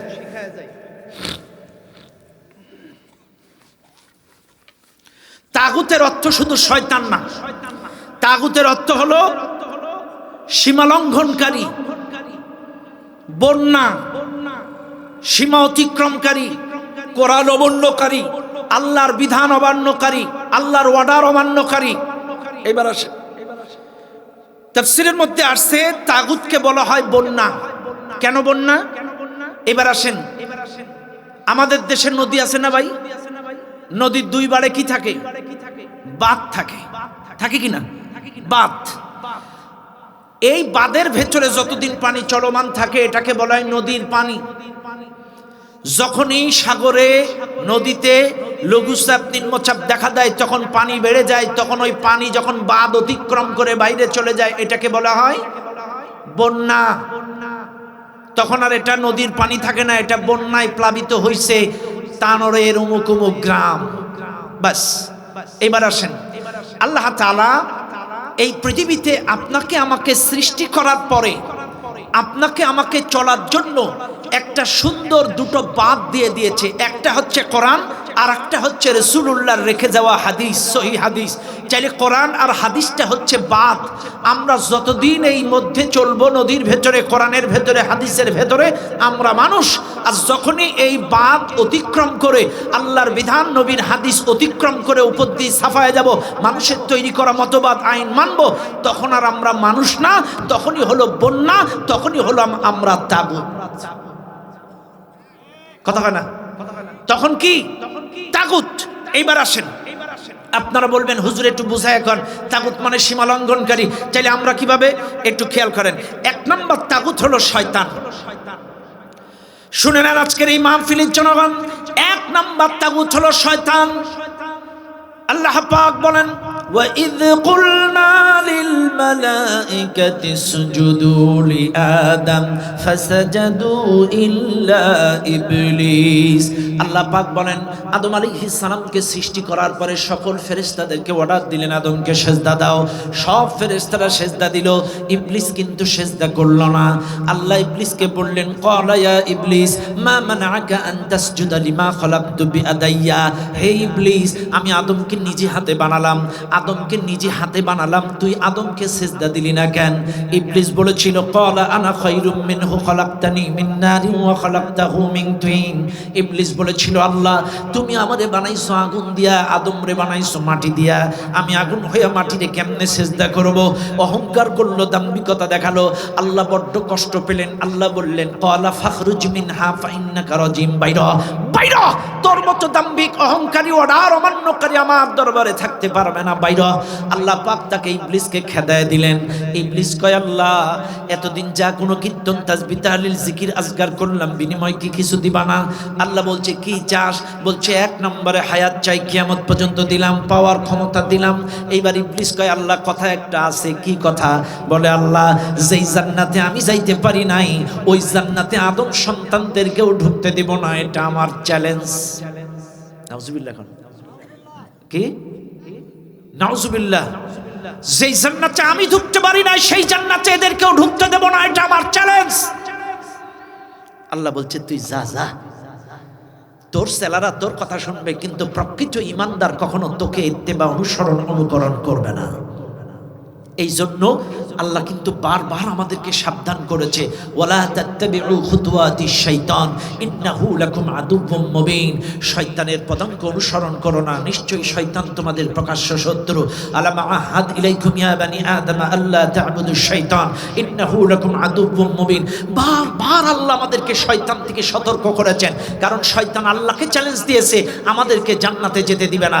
এই জন্য শয়তান খাওয়ার সময় ধোঁকা দেয়, নামাজের সময় ধোঁকা দেয়, ঘুমের সময় ধোকা দেয়, টয়লেটে ধোকা দেয়, সব ক্ষেত্রে আপনাদেরকে ধোকা দেয়। আপনি ধরায় নেন, আপনি টয়লেটে যাচ্ছেন, শয়তান বলে তোর সাথে যাব। আপনারা বলবেন হুজুর শয়তান টয়লেটে যেয়ে কি করবে? ওই জায়গায় তো ওর কাজ, কারণ শয়তান জানে টয়লেটে যদি ওকে একটা বিড়ি ধরায় দিতে পারি। কথা হয় না, কথা হয় না। আপনারা কেউ খান না তো টয়লেটে? টয়লেটে একটা বিড়ি ওর যদি হাতে ধরায় দিতে পারি আমার লাভ। টয়লেটে যদি ও 2-1 ফোঁটা পোশাক পায়খানা ওর কাপড় চোপড়ে লাগাইতে পারি, সারাদিনের নামাজ রোজা শেষ। এই জন্য আমি টয়লেটে যাই। আরও চ্যাংড়া যুবকদের যদি একটু অ্যান্ড্রয়েড মোবাইল ধরায় দেই, 10 মিনিটের টয়লেট 1 ঘন্টায়ও শেষ হয় না। কথা হয় না, কথা ঠিক না বেটি? কথা খাটে। চলে শয়তান টয়লেটে ধোকা দেয়। এই জন্য কিন্তু আমরা টয়লেটে ঢোকার সময় একটা দোয়া পড়ি, আল্লাহুম্মা ইন্নী আউযু বিকা মিনাল খুবসি ওয়াল খাবাইস। এই শয়তানের ওয়াসওয়াসা থেকে আল্লাহর কাছে আমরা পানাহ চাই, আশ্রয় চাই। এই জন্য এই দোয়াটা যারা পড়ে শয়তান তাদের সাথে ঢুকতে পারে না, আর যারা পড়ে না শয়তান ওদের সাথে যায়। শুনে নেন দুনিয়ার মানুষ, খাওয়ার সময় শয়তান ধোকা দেয়। এক হাতে রিমোট আর এক হাতে ভাত। কথা কেন? এক হাতে ফেসবুক আর এক হাতে ভাত। ঘুম পড়ার সময় শয়তান ধোকা দেয়। কানের মধ্যে ইয়ারফোন, ডিজে গান নাইলে বান্ধবী কার বউ, কার স্বামী, কার মেয়ে, কার বেটা, ঘন্টার পর ঘন্টা পরকিয়া। কথা কেন? আছে না নাই? তাহলে ঘুমানোর সময় শয়তান ধোকা দেয়, নামাজের সময় ধোকা দেয়। আপনি যখন অজুখানায় অজু করতে যাবেন, রাগ করবেন না বাপ, দেখবেন যত গল্প মনে পড়ে অজুখানায়। কার কাজ? এটা শয়তানের কাজ।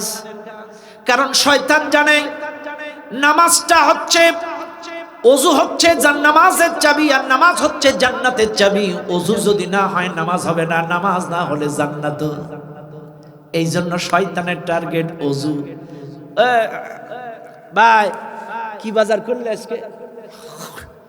ভাই কি মাছ? 3 বার হয়ে গেছে, কিন্তু অনেক সময় 4 বার হয়ে যাবে।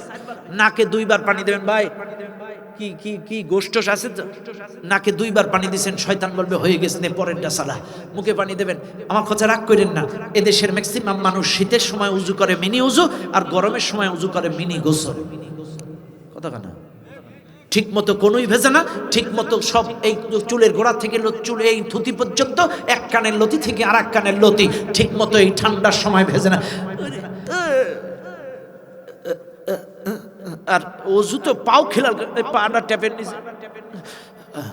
আল্লাহ, আরে আপনার তো অজু যদি না হয় কিসের জামাত? আপনি চায়ের দোকানে বসে টেলিভিশন দেখলেন, আর যখন মুয়াজ্জিন কাঁচা সোজা করে আল্লাহু আকবার আল্লাহু আকবার, তখন তাড়াতাড়ি যে আল্লাহু আকবার মানে কি? আপনার 1 রাকাত ছুটে যায়, যাক ওযুটা সহি করেন। কারণ ওযু যদি না হয় নামাজ হবে না, নামাজ না হলে জান্নাত শেষ। কারণ শয়তান চ্যালেঞ্জ দিয়েছে আল্লাহকে জান্নাতে যেতে দিবে না। এই জন্য তাগুত, 1 নাম্বার তাগুত হলো শয়তান। আর এই শয়তান 2 প্রকার প্রাথমিক পর্যায়ে, মিনাল জিন্নাতি ওয়ান নাস। একটা হচ্ছে জিন শয়তান, আর একটা হচ্ছে মানুষ শয়তান। জিন শয়তান পেছন থেকে ধোঁকা দেয়, মানুষ শয়তান সামনে থেকে ধোঁকা দেয়। শয়তান সব জায়গায় ধোঁকা দেয়। এই শয়তান এই সকল রাজনীতিবিদদেরকে বলে ইসলাম এক জিনিস, রাজনীতি আর এক জিনিস। কথা কেনা? এটা শয়তানের ধোঁকা, এটা শয়তানের ধোঁকা। আর এই ধোঁকায় পড়ে বোকা হয়ে কত কথাই না আজকে বলতেছে। শয়তান কত বড় সিটার দেখেন, শয়তান কত বড় সিটার দেখেন। কারণ একটা মানুষকে শয়তানি করে ভূগোল পড়ানো যায়, একা ওকে জাহান্নামে নিয়ে যাওয়া যায়, কিন্তু একটা রাষ্ট্রনায়ককে যখন ভূগোল পড়াবো, গোটা দেশের জনগণ ভূগোল পড়ে যাবে। একটা দলের রাজনীতির লিডারকে যখন ভূগোল পড়াবো, ওই দলের গোটা কর্মীরা ভূগোল পড়ে যাবে। এই জন্য ওদের টার্গেট লিডার আম জনগণের বেশি ধোঁকা দেয় না, বেশি টার্গেট দেয় বড় বড় লিডারদেরকে। দেখেন এখন একটা টার্গেট শয়তানি চলতেছে, এটা হচ্ছে ফ্যামিলি কার্ড। কত ফ্যামিলি কার্ড প্রত্যেকের বাড়ি বাড়ি দেওয়া হবে। 4 কোটি মহিলাদেরকে ফ্যামিলি কার্ড দেওয়া হবে। এক একটা মহিলা 8,000 করে টাকা পাবে। কেউ কেউ বলছে 20,000 করে টাকা পাবে। আমার দরকার নেই 20,000, আমি 8,000ই ধরলাম।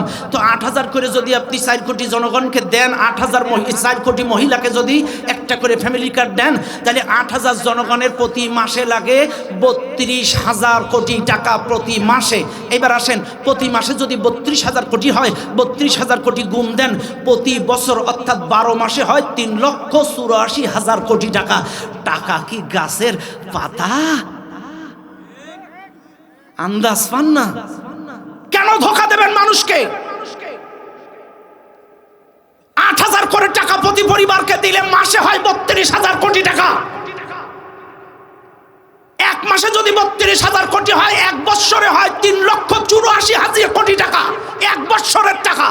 এত টাকা আপনি জনগণকে দিবেন, এটা হচ্ছে শয়তান মানুষদেরকে ধোকা দেওয়ায়। কারণ বিশ্বাস করেন, কারণ শয়তান জানে মানুষদেরকে ধোকা দিতে গেলে লিডারদেরকে বশ করা লাগবে। এই জন্য শয়তান বশ করে লিডারদের।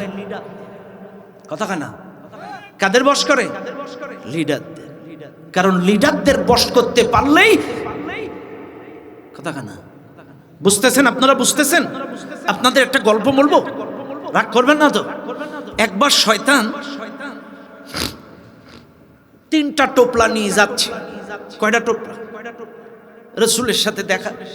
শয়তান কই যাও? হুজুর এই টোপলা 3টে দেশে দেশে বিক্রি করব। কি কি? একটা টোপলার মধ্যে আছে হিংসা প্রতিহিংসা, একটা টোপলার মধ্যে আছে এরকম এটা হচ্ছে সরকারের কাছে বিক্রি করব, শাসক গোষ্ঠীর কাছে বিক্রি করব। এটার নাম হলো জুলুম। এটার নাম কি? জুলুম। তখন বলছে এইটা তুমি সরকারদের কাছে ব্যবহার করবা? মানে বলছে হ্যাঁ, এইটা সরকারেরা কিনবে আর যুগে যুগে দেশের জনগণের উপরে জুলুম করবে। এটা কিন্তু শয়তানের কথা, বক্তব্য। শয়তান যুগে যুগে ইসলাম বিদ্বেষী শাসকের কাছে এই জুলুমের পটলা বিক্রি করে, আর যখনই ইসলাম বিদ্বেষী শাসক ক্ষমতায় আসে জনগণের উপরে জুলুম করে। কারণ শয়তান খুব ভালো জানে একটা মানুষকে ধোকা দিলে ও একা জাহান্নামে যাবে, আর একটা সরকারকে ধোকা দিতে পারলে গোটা দেশের জনগণকে জাহান্নামে নেওয়া সম্ভব। এই জন্য সরকারের মাধ্যমে ইসলাম বিরোধী বিভিন্ন আইন পাশ করা যাবে। এই জন্য শাসক গোষ্ঠীকে টার্গেট করে ইবলিস। শুনে নেন আজকে এই মাহফিলের জনগণ, কথায় কথা বলে। তাহলে 1 নম্বর তাগুত হলো শয়তান, 2 নম্বর তাগুত হলো শাসক গোষ্ঠী। কারা কারা কারা? 2 নম্বর শাসক হলো তাগুত, শাসক গোষ্ঠী। এখন আপনারা বলবেন হুজুর ইবলিস শয়তান তাগুত হলো বুঝলাম, কিন্তু শাসক গোষ্ঠী তাগুত হলো কখন একটু বুঝায় এখন। এইবার আসেন, শাসক কি মানুষ হয় না গরু ছাগল হয়? বলেন বলেন। মানুষ হয়। এইবার আমার সাথে জবাব দেন, মানুষের পরিচয় মানুষ গোলাম, আল্লাহর পরিচয় আল্লাহ মালিক। মানুষের পরিচয় মানুষ গোলাম, আল্লাহর পরিচয় আল্লাহ মালিক। মানুষ যখন গোলামির পরিচয় ভুলে গিয়ে আল্লাহর জায়গা দখল করে, ওই মানুষ তখন আর মানুষ থাকে না, তাগুতে পরিণত হয়ে যায়। এবার আপনারা বলবেন হুজুর বুঝা এখন, মানুষের পরিচয় গোলাম, আল্লাহর পরিচয় মালিক। এখন মানুষ যখন গোলামির পরিচয় ভুলে গিয়ে ওই মালিকের জায়গা ক্ষমতা নিয়ে টানাটানি করে, তখন আর মানুষ থাকে না, তাগুতে পরিণত হয়ে যায়। কারণ আপনি বিগত 16 স্বৈরার শাসকের দিকে তাকান, উনি কিন্তু মানুষ ছিল না, তাগুত ছিল। কেন তাগুত ছিল? কারণ আল্লাহ বলেন কুলিল্লাহুম্মা মালিকাল মুলক তুতিল মুলকা মান তাশা ওয়া তানজিউল মুলকা মিম্মান তাশা। মানুষ যারা তারা বিশ্বাস করবে সকল ক্ষমতার মালিক আল্লাহ। আল্লাহ যাকে ইচ্ছা ক্ষমতা দেয়, যাকে ইচ্ছা কেড়ে নেয়, এটা মানুষ বিশ্বাস করবে। কিন্তু তাগুত যারা, এরা বলবে না। এশিয়ার হাত 41 সালের আগে কেউ কথা না। মানুষ বিশ্বাস করবে ক্ষমতার মালিক আল্লাহ, আর যারা তাগুত তারা বলবে এটা আর 41 সালের আগে কেউ নাড়াইতে পারবে না। এই যখন তাগুতের পরিচয় দিল, ক্ষমতার বড়াই দেখালো, যাকে ইচ্ছা তাকে পদ্মা সেতু থেকে টুপ করে সাগরে ফেলায় দেবে, কারেন্ট অফ করে দেবে, যাকে ইচ্ছা ফাঁসি দেবে, 57 জন অফিসারকে কচুকাটা করবে, যাকে ইচ্ছা তাই। তার মানে শেষ বেলায় সে ক্ষমতা ছাড়া কিছু বোঝে নাই। আর ফেরাউনও এই কাজটাই করছিল। ফেরাউন মিশরের জনগণকে ডেকে বলেছিল, ও ক্বালা ফিরআউনু ইয়া আইয়ুহাল মালাউ মা আলিমতু লাকুম মিন ইলাহিন গায়রি। ফেরাউন বলেছিল, মিশরের জনগণ, আমি ছাড়াও তোমাদের ইলাহ আছে, প্রভু আছে, খোদা আছে মিশরের এরিয়ায়, এটা আর জানা নেই, আই তো মিশরের প্রভু। নাউজুবিল্লাহ। ফেরাউন কিন্তু গোটা পৃথিবীর প্রভু দাবি করে নাই, ফেরাউন গোটা পৃথিবীর ক্ষমতার বড়াই করে নাই। ফেরাউন বড়াই করেছিল মিশরের এরিয়ার খোদা, মিশরের এরিয়ার শক্তিমান। কাজেই এরাও কিন্তু তাই ভেবেছিল আমাদেরকেও। কিন্তু আল্লাহ একজন আছে না নাই? এমন একটা নাড়া দিছে, মামুর বাড়ি দিল্লি যেয়ে বসছে। কথা না, কাজী মানুষ তাগুত হয় তখন যখন গোলামীর পরিচয় ভুলে যেয়ে ক্ষমতার বড়াই করে, মানুষকে মানুষ করে না, দাম্ভিকতা দেখায়, অহংকারী হয়ে যায়। যখন সীমালঙ্ঘন করে তখন আর সে মানুষ থাকে না, তাগুতে পরিণত হয়ে যায়। আমি আবারও বলছি, শোনেন, আজকের এই দেশের মানুষ আল্লাহকে বাদ দিয়ে তাগুতের গোলামি করে, আল্লাহকে বাদ দিয়ে তাগুতের গোলামি করে, আল্লাহকে বাদ দিয়ে নেতার গোলামি করে, আল্লাহকে বাদ দিয়ে মানুষের গোলামি করে। বলবেন হুজুর বুঝা, এখন আমি আপনাদেরকে দেখায়া দেই। আদি ইবনে হাতিম রাদিয়াল্লাহু তাআলা, কে? আদি ইবনে হাতিম রাদিয়াল্লাহু তাআলা, তিনি একবার স্বর্ণের একটা কোরাস পরে রাসূলুল্লাহর সামনে আসছে। স্বর্ণের কোরাস, বুঝেন তো? খ্রিস্টানরা যেটা পড়ে এটা ক্রুশ বলে, ক্রুশ, ক্রস। এই ক্রুশ পরে আদি ইবনে হাতিম রাদিয়াল্লাহু তাআলা আনহু রাসূলুল্লাহর সামনে আসলেন। নবীজি এই দৃশ্য দেখে সাথে সাথে আদি ইবনে হাতিমকে বলছে, আদি ইবনে হাতিম, তুমি তোমার গলার থেকে স্বর্ণের ক্রসটা ফেলে দাও। আদি ইবনে হাতিম রাদিয়াল্লাহু তাআলা নবীর অর্ডার পাওয়া মাত্র 1 সেকেন্ডেও দেরি করলেন না, তার গলার থেকে স্বর্ণের ক্রসটা ফেলে দিলেন। এবার আদি ইবনে হাতিম বলে, ইয়া রাসূলুল্লাহ, আপনি আমার গলার থেকে স্বর্ণের ক্রসটা ফেলে দিতে বললেন কেন? তখন নবীজি একটা আয়াত তেলাওয়াত করে শোনালেন, ইত্তাখাযু আহবারহুম ওয়া রুহবানাহুম আরবাবাম মিন দুনিল্লাহ। এই দুনিয়ার মানুষ আল্লাহকে বাদ দিয়ে তাদের ধর্মগুরু, ধর্ম ঠাকুর, ধর্মদরু সাধকদেরকে এদের ইবাদত করবে, ওদের নেতাদের গোলামি করবে। তখন এবার আদি ইবনে হাতিম বলে, হুজুর, খ্রিস্টানরা তো ওদের ধর্মগুরুদের ইবাদত করে না, খ্রিস্টানরা তো ওদের নেতাদের ইবাদত করে না। এবার আসেন আপনাদেরকে একটু ধরায় দেই, বাংলাদেশের মুসলমান এখন মনে করেন আসরের ওয়াক্ত হইছে। কিসের ওয়াক্ত? এখন মনে করেন আসরের ওয়াক্ত, মসজিদে মুয়াজ্জিন আজান দিচ্ছে, হাইয়া আলাস সালাহ।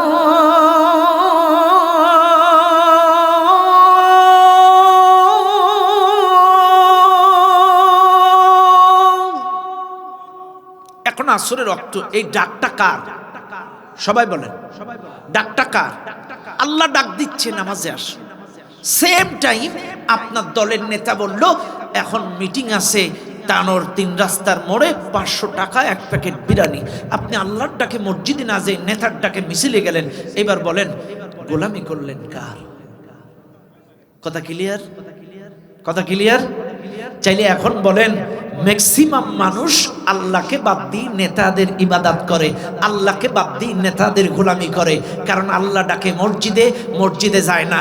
আল্লাহ ডাকতেছে তাওহীদের পক্ষে, কোরআনের পক্ষে, ইসলামের পক্ষে, সত্যের পক্ষে। ওরা তা না এসে মিথ্যার পক্ষে ছুটাছুটি করে। এখন আপনারা এই মাহফিলে যারা আছেন, আপনারা কি সত্যের পক্ষে না বিপক্ষে?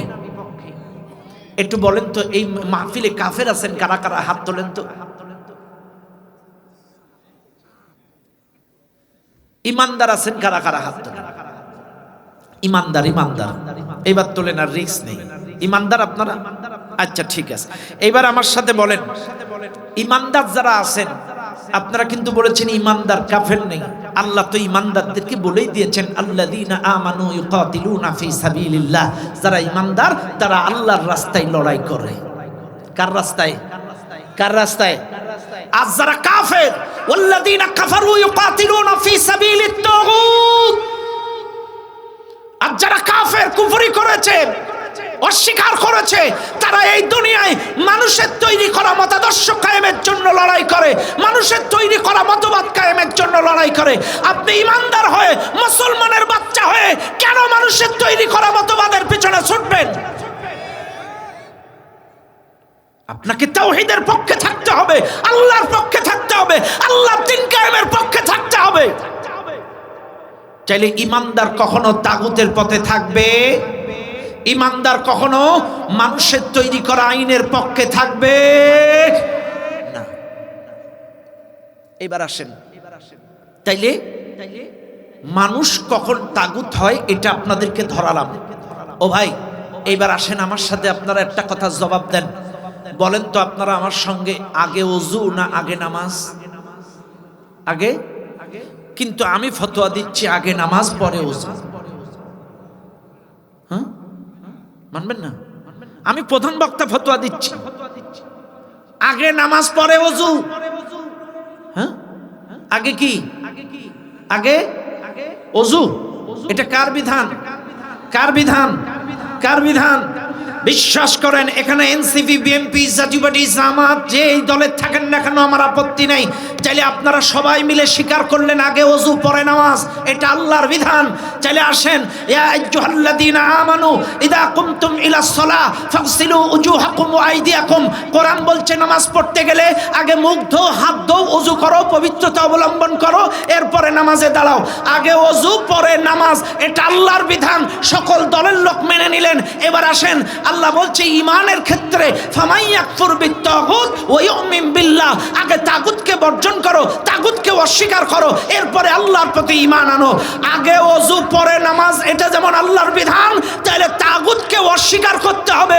ওয়াজতানিবুত তাগুত, তাগুতকে বর্জন করতে হবে, এটাও আল্লাহর বিধান। আপনি নামাজ পড়বেন, রোজা করবেন, আর তাগুতের সাথে চলাফেরা করবেন, কিয়ামত পর্যন্ত আপনি ঈমানদার হতে পারবেন না। আনি'বুদুল্লাহ ওয়াজতানিবুত তাগুত, গোলামি করো আল্লাহর, বর্জন করো তাগুত। চাইলে যারা সীমা লঙ্ঘন করে, যারা আল্লাহর আইন অমান্য করে, যারা তাগুতের মতাদর্শ কায়েমের চেষ্টা করে, যারা ক্ষমতার বড়াই দেখায়, যারা ক্ষমতার আধিপত্য বিস্তার করে, এরা হচ্ছে তাগুত। এক কথায় তাগুতের গুণাবলী যাদের ভেতরে থাকবে তারাই তাগুত, শয়তানের গুণাবলী যাদের ভেতরে থাকবে তারাই শয়তান। আর শয়তানের সাথে তাগুতের সাথে ঈমানদারের কোনো সম্পর্ক থাকতে পারে না। বাস, চাইলে এক নাম্বার হচ্ছে গোলামি, দুই নাম্বার তাগুত। এইবার আসেন ভাইরা আমার, আর কি করব? 11টা বাজে, আর দরকার নেই। শীতের রাত, হ্যাঁ শীতের রাত। আপনাদের একটা রিকোয়েস্ট আছে, একটা সঙ্গীত শুনবেন। এই সঙ্গীতটা শুনিয়ে আমি শেষ করে দেই, কারণ 11টা বাজে, শীতের রাত, 11টা মানে অনেক রাত। আসেন আমি সংক্ষিপ্তভাবে একটা ইসলামী সঙ্গীত আপনাদেরকে শোনায় দেই, শুনবেন আপনারা? শুনবেন? এই মাইকে আসো তোমরা, মূল তুমি একটু ইগো দাও, হালকা, খুব বেশি দিবা না। হ্যাঁ চলবে? আপনারা শুনতেছেন? মনোযোগ আছে আপনাদের? বাবা, একটু সঙ্গীতটা শোনায় নি নাকি? হ্যালো, দাও দাও, অল্প অল্প। ফজরের ক্ষণ গেল পড়নি নামাজ, জোহরেও ডুবেছিলে নিয়ে শত কাজ। ফজরের ক্ষণ গেল পড়নি নামাজ, জোহরেও ডুবেছিলে নিয়ে শত কাজ। হেলায় খেলায় গেল আসরের কাল, হেলায় খেলায় গেল আসরের কাল। মাগরিবেও পড়লে না নামাজির সাজ। ফজরের ক্ষণ গেল পড়নি নামাজ, জোহরেও ডুবেছিলে নিয়ে শত কাজ। বিনোদনে কেটে গেল এশার সময়, এতটুকু জাগলো না কবরের ভয়। বিনোদনে কেটে গেল এশার সময়, এতটুকু জাগলো না কবরের ভয়। খুঁজলে না একবারও নাজাতের পথ, খুঁজলে না একবারও নাজাতের পথ। মুসলিম নাম নিতে পেলে না কোলাজ। ফজরের ক্ষণ গেল পড়নি নামাজ, জোহরেও ডুবেছিলে নিয়ে শত কাজ। তোমার মতন নেই হতভাগা কেউ, নেই এত পাপাচার পৃথিবীতে আর। একবার শুরু হলে ভাঙনের ঢেউ, কখনো ফেরাতে জানি পারবে না তার। তোমার মতন নেই হতভাগা কেউ, নেই এত পাপাচার পৃথিবীতে আর। একবার শুরু হলে ভাঙনের ঢেউ, কখনো ফিরাতে জানি পারবে না তার। নামাজি ফারা করে কাফের মুমিন, বিশ্বাসে আবাদ করো বুকের জমিন। নামাজি ফারা করে কাফের মুমিন, বিশ্বাসে আবাদ করো বুকের জমিন। কায়েম করা ঈমানের দাবি, সালাত কায়েম করা ঈমানের দাবি, পরকাল মুখী করো মনটাকে আজ, পরকাল মুখী করো মনটাকে আজ। ফজরের ক্ষণ গেল পড়নি নামাজ, জোহরেও ডুবেছিলে নিয়ে শত কাজ। হেলাই খেলাই গেল আসরের কাল, হেলাই খেলাই গেল আসরের কাল, মাগরিবেও পড়লে না নামাজির সাজ। ফজরের ক্ষণ গেল পড়নি নামাজ, জোহরেও ডুবেছিলে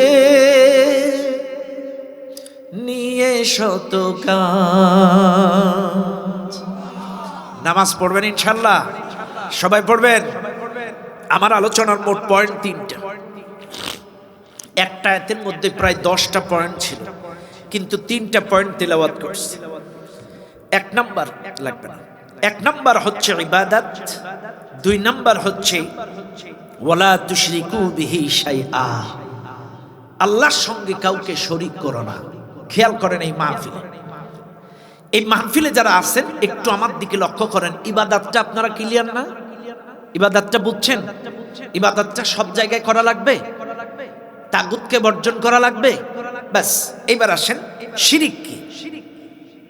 শিরিক হচ্ছে আশ-শিরকু, এর অর্থ হচ্ছে অংশীদারিত্ব করা, অংশীদার করা, সমান সমান করা, সমকক্ষ করা, ভাগাভাগি করা, অ্যাডজাস্ট করা। এখন আসেন এই শিরিকটা কি ধরনের গুনাহ? আল্লাহ বলছেন ইন্নাশ শিরকা লাযুলমুন আযীম। শুনেন, এতক্ষণ গোলামি বুঝাইছি, মাঝখানে একটু তাগুত বুঝাইছি, এখন একটু শিরিক বোঝাবো, বিস্তারিত বোঝাবো। এই দেশে, আমাদের দেশে অনেক মাহফিলে আলোচনা হয় কবর নিয়ে বিস্তারিত, ঈমান নিয়ে বিস্তারিত, তাকওয়া নিয়ে বিস্তারিত, কিন্তু এই দেশে শিরকের বিস্তারিত আলোচনা খুবই কম হয়। সংক্ষিপ্ত আকারে আপনাদেরকে একটু ধারণা দিব, মনে রাখবেন। শিরকের একটা অর্থ হচ্ছে অংশীদার করা, সমান সমান করা, ভাগাভাগি করা, অ্যাডজাস্ট করা। এখন আসেন, শিরিক হচ্ছে এত বড় গুনাহ, এই পৃথিবীতে চুরি করা গুনাহ, জেনা করা গুনাহ, মার্ডার করা গুনাহ, অন্যের সম্পদ ফাঁকি দেওয়া গুনাহ, দখল করা গুনাহ, এগুলো সব গুনাহ আমরা জানি, কিন্তু সবচেয়ে বড় গুনাহ ইন্নাশ শিরকা লাযুলমুন আযীম। নিশ্চয় শিরিক হচ্ছে সবচেয়ে বড় গুনাহ, সবচেয়ে বড় জুলম, বড় অন্যায়, বড় গুনাহ। যত লোক এই মাহফিলে আছেন, চুরি, মার্ডার, হত্যা, জেনা, যা গুনাহ আছে এই পৃথিবীতে সবচেয়ে বড় গুনাহর নাম হচ্ছে শিরিক। শিরিক, শিরিক। এবার আসেন অন্যান্য গুনাহ আর শিরকের সাথে পার্থক্য কি একটু আপনাদের দেখাই। শুনে নেন, আজকে এই রাজশাহীর মুসলমানেরা চুরি করলে তওবার মতো তওবা করলে আল্লাহ মাফ করে দেবে, জিনা করার পরে তওবার মতো তওবা করলে আল্লাহ মাফ করে দেবে, মার্ডার করার পরে তওবা করার মতো তওবা করলে আল্লাহ মাফ করে দেবে। কিন্তু আল্লাহর বান্দা যদি আল্লাহর সঙ্গে শিরিক করে, এই শিরকের গুনাহ আল্লাহ ক্ষমা করবে না। ইন্নাল্লাহা লা ইয়াগফিরু আন ইউশরাকা বিহি ওয়া ইয়াগফিরু মা দুনা যালিকা লিমান ইয়াশা। আমার সঙ্গে অংশীদারের গুনাহ আমি আল্লাহ কাউকে ক্ষমা করব না, কিন্তু অন্যান্য গুনাহ আমি আল্লাহ যাকে ইচ্ছা তাকে মাফ করে দেব। শুধু এখানেই শেষ নয়, কেউ যদি অভাবের কারণে চুরি করে বসে, চুরি করার দরুন আপনার পেছনের 50 বছরের নেক আমল, নামাজ, রোজা, হজ, যাকাত নষ্ট হবে না। কেউ যদি জিনা করে ফেলেন, জিনা করার দরুন তার পেছনের 50 বছরের আমলগুলো, ইবাদতগুলো নষ্ট হয়ে যাবে না। কেউ যদি কাউকে মার্ডার করে ফেলে, এটা একটি গুনাহ, এটা একটি হারাম, কিন্তু মার্ডারের দরুন আপনার পিছনের 50 বছরের নেক আমলগুলো বরবাদ হয়ে যাবে, এমনটা কোনো জায়গায় নাই। কিন্তু শুনে নেন, কোরআন বলে চুরি করলে পেছনের ইবাদত নষ্ট হয় না, খুন করলে ইবাদত নষ্ট হয় না, এরপরে জিনা করলে পিছনের জীবনের সব নেক আমল বরবাদ হয় না। কিন্তু কোরআন বলছে শিরিক এমন একটা জঘন্যতম গুনাহ, লাইন আশরাকতা লা ইয়াহবাতান্না আমালুকা ওয়া লা তাকুনান্না লাকুনান্না মিনাল খাসিরিন। শিরিক যদি কেউ করে তার জীবনের সমস্ত নেক আমল বরবাদ। 60 বছর ধরে নামাজ পড়েছেন, 60 বছর ধরে রোজা করেছেন, 60 বছর ধরে হজ করেছেন, 60 বছর ধরে যাকাত দিয়েছেন, 60 বছর ধরে যত ইবাদত আপনি করছেন, 60 বছরের মাথায় আল্লাহর সঙ্গে শিরিক করে ফেলেছেন। এই শিরকের কারণে আপনার 60 বছরের জিন্দেগির সমস্ত আমলগুলো বরবাদ, সব শেষ। এরপরে লক্ষ্য করুন, এত গুনাহ পৃথিবীতে আছে, অন্যান্য গুনার দ্বারা আল্লাহর জান্নাত তার জন্য হারাম, এ কথা বলে নাই। কিন্তু শিরিক এমন একটা জঘন্যতম গুনাহ, আল্লাহ বলেন শিরিক যারা করবে তাদের জন্য জান্নাত হারাম। মান ইউশরিক বিল্লাহি ফাকাদ হারামাল্লাহু আলাইহিল জান্নাতা ওয়া মাওয়াহুন নার। আল্লাহর কোরআন বলে শিরিক যারা করবে এদের জন্য জান্নাত হারাম, এদের আবাসস্থল হবে জাহান্নাম। এই মাহফিলে যারা আছেন একটু লক্ষ্য করেন, এই দুনিয়ার মানুষ, আল্লাহর নবী বলেন ইয়াতি আলান নাস জামানুন ইয়াজতামিউনা ফিল মাসাজিদ ওয়া লাইসা ফীহিম মুমিন। আল্লাহর নবী বলেন, হাদিসের মধ্যে আসছে, শেষ জামানার মানুষগুলো মসজিদে যাবে, জমা হবে, নামাজ পড়বে, জিকির করবে, সব মসজিদে করবে, কিন্তু ওয়া লাইসা ফীহিম মুমিন, এদের মধ্যে মুমিন খুঁজে পাওয়া যাবে না। কেন মুমিন খুঁজে পাওয়া যাবে না? আল্লাহর কোরআন বলেন ওয়ামা কানা ইউমিনু আকতারুহুম বিল্লাহি ইল্লা ওয়াহুম মুশরিকুন। অধিকাংশ মানুষ ঈমান আনার পরেও মুশরিক থাকবে। এখন আমার প্রশ্ন হলো, আপনারা জানতে ইচ্ছা করতে পারে হুজুর ঈমান আনার পরেও মানুষ মুশরিক হয় কিভাবে, ঈমান আনার পরেও মানুষ মুশরিক থাকে কিভাবে? ঈমান আনার পরেও মুশরিক থাকবে যদি আকীদায় ভেজাল থাকে। লক্ষ্য করেন, নামাজ পড়ে মসজিদে, ইফতার করে মসজিদে, কোরআন পড়ে মসজিদে, জিকির করে মসজিদে, আর যখন কিছু দরকার হয় লাল বাবা, নীল বাবা, হলুদ বাবার দরবারে। কথা কন না, কথা কন না, রাগ করেন না আমার কথায়। সব মসজিদে, কিন্তু কিছু দরকার যখন হয়, লক্ষ্য করেন এই যে এখন নির্বাচন, এমন অনেক কিছু নেতা আছে দেখবেন বাবা শাহজালালের দরগা থেকে ক্যাম্পেইন শুরু করে। আরে বাবা শাহজালাল কি তোর জন্য চেয়ার নিয়ে বসে আছে নাকি? চেয়ারের মালিক কে? জোরে বলেন কে? আল্লাহ। কিন্তু আমাদের নেতাদের বিশ্বাস বাবা শাহজালালের দরগা থেকে। ইরশাদ চাচার কথা মনে আছে আপনাদের? ইরশাদ চাচা ক্যাম্পেইন শুরু করতো বাবা শাহজালালের দরগা থেকে। বড় বড় নেতারা শাহজালালের দরগা থেকে বাবা আমি খাড়াইছি, কথা হয় না, নাউজুবিল্লাহ করবেন না। এরপর অনেক মানুষ আছে বিদেশে যাবে, পাসপোর্ট কমপ্লিট, ভিসা হয় না, বাবার দরবারে, কথা হয় না, বাবা ইটালি যাব, সিঙ্গাপুর যাব, সৌদি আরব যাব, তোমার দরবারে আইছি গরু নিয়া, ছাগল নিয়া, ভিসার দরকার। নাউজুবিল্লাহ। 11 বছর, 9 বছর, 10 বছর বিয়ে করছি, সন্তান হয় না, বাবার দরবারে, কথা হয় না। আছে আছে আছে আছে। চট্টগ্রাম, সিলেটের ছেলেগুলা পরীক্ষা যখন আসে কোন জায়গায়, ওই যে জাহাঙ্গীর ভন্ডর একটা ভিডিও ভাইরাল হয়েছিল, দেখছিলেন আপনারা? বাবা বাচ্চাগুলো এসএসসি পরীক্ষা দিবে, বাবা কলম নিয়ে আসছে, তুমি একটু ওকে দোয়া করে দাও বাবা। দেখছেন আপনারা? নাউজুবিল্লাহ মিন যালিক। কথা বলেন ঠিক না বেঠিক? ভাইরা আমার, কথা লক্ষ্য করবেন, এটা আল্লাহর কোরআন। ওমা কানা ইউমিনু আকসারুহুম বিল্লাহি ইল্লা ওয়া হুম মুশরিকুন। অধিকাংশ মানুষ ঈমান আনার পরেও মুশরিক থাকবে এই আকীদার কারণে, বিশ্বাসের কারণে। বিশ্বাস করে মেম্বার খাওয়ায়, এটা খাওয়ায়, সেটা খাওয়ায়, কথা না? আছে না, আছে না? আসেন, 1 নাম্বার হচ্ছে শিরিক ফি জাত। আল্লাহ জাতের সাথে শিরিক করা। কার সাথে শিরিক করা? আল্লাহ জাত বুঝেন আপনারা? আল্লাহ জাত কি? খেয়াল করেন আমার সঙ্গে। 1 নাম্বার আল্লাহ জাতের সাথে শিরিক করা।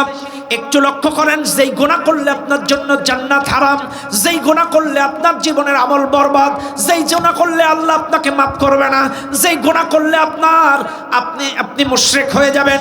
শুধু মুশরিক না, আল্লাহর নবী বলেন যারা শিরিক করে তারা মুশরিক।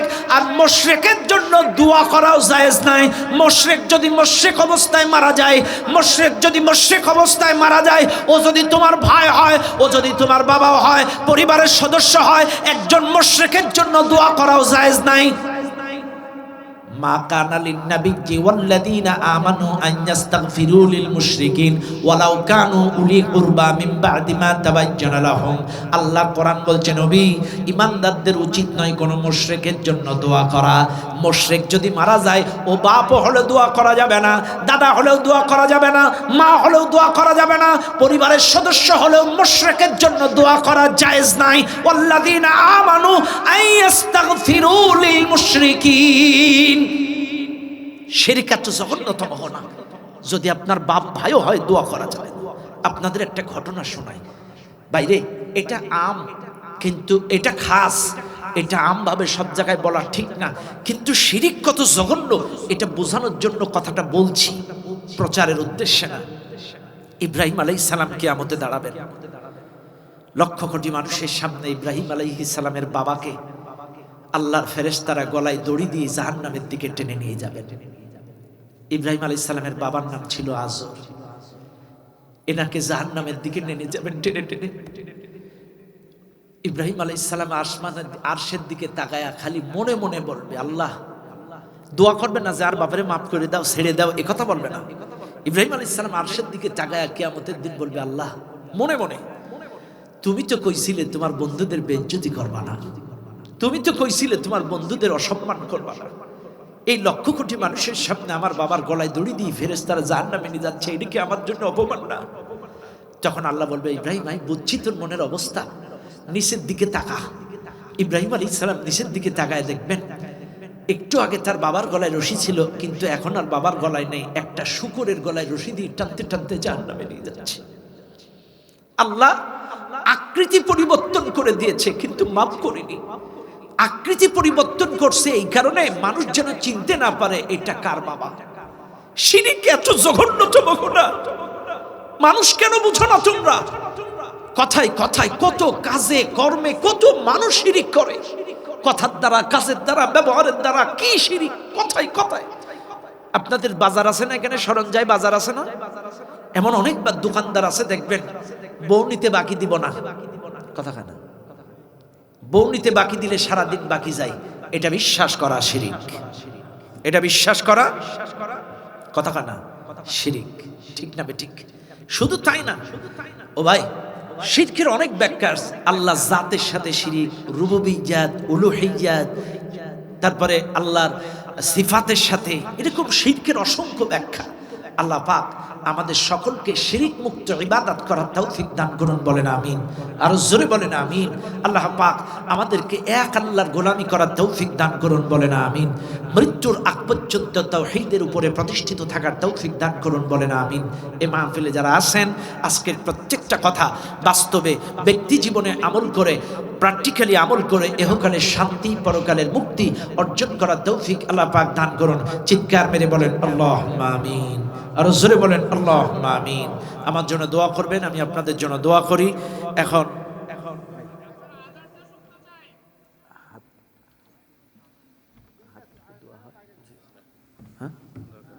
আচ্ছা, হ্যাঁ আলহামদুলিল্লাহ। ভাই, আবেগ দিয়ে ইসলাম চলে না, বোঝাই আপনাদেরকে।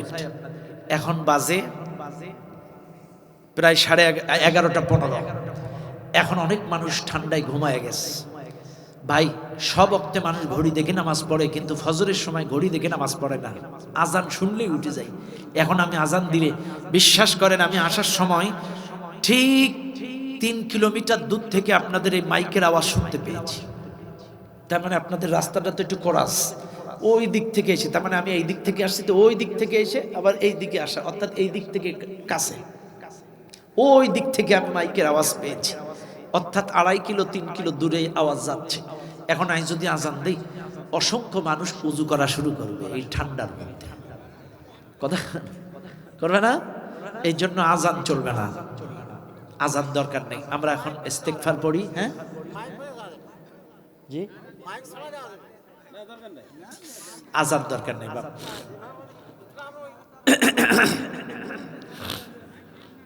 আজান দরকার নেই, আবেগ দিয়ে ইসলাম চলে না। আপনারা আজান ইউটিউবে শুনে নিন। আপনাদেরকে এখন আমরা ইস্তেগফার পড়ি এবং মৌখিক দোয়া পড়তে থাকি। আস্তাগফিরুল্লাহাল্লাযী লা ইলাহা ইল্লা হুয়াল হাইয়্যুল কাইয়্যুম ওয়া আতুবু ইলাইহি। আল্লাহুম্মা সাল্লি আলা মুহাম্মাদ ওয়া আলা আলি মুহাম্মাদ কামা সাল্লাইতা আলা ইব্রাহিম ওয়া আলা আলি ইব্রাহিম ইন্নাকা হামিদুম মাজিদ। আল্লাহুম্মা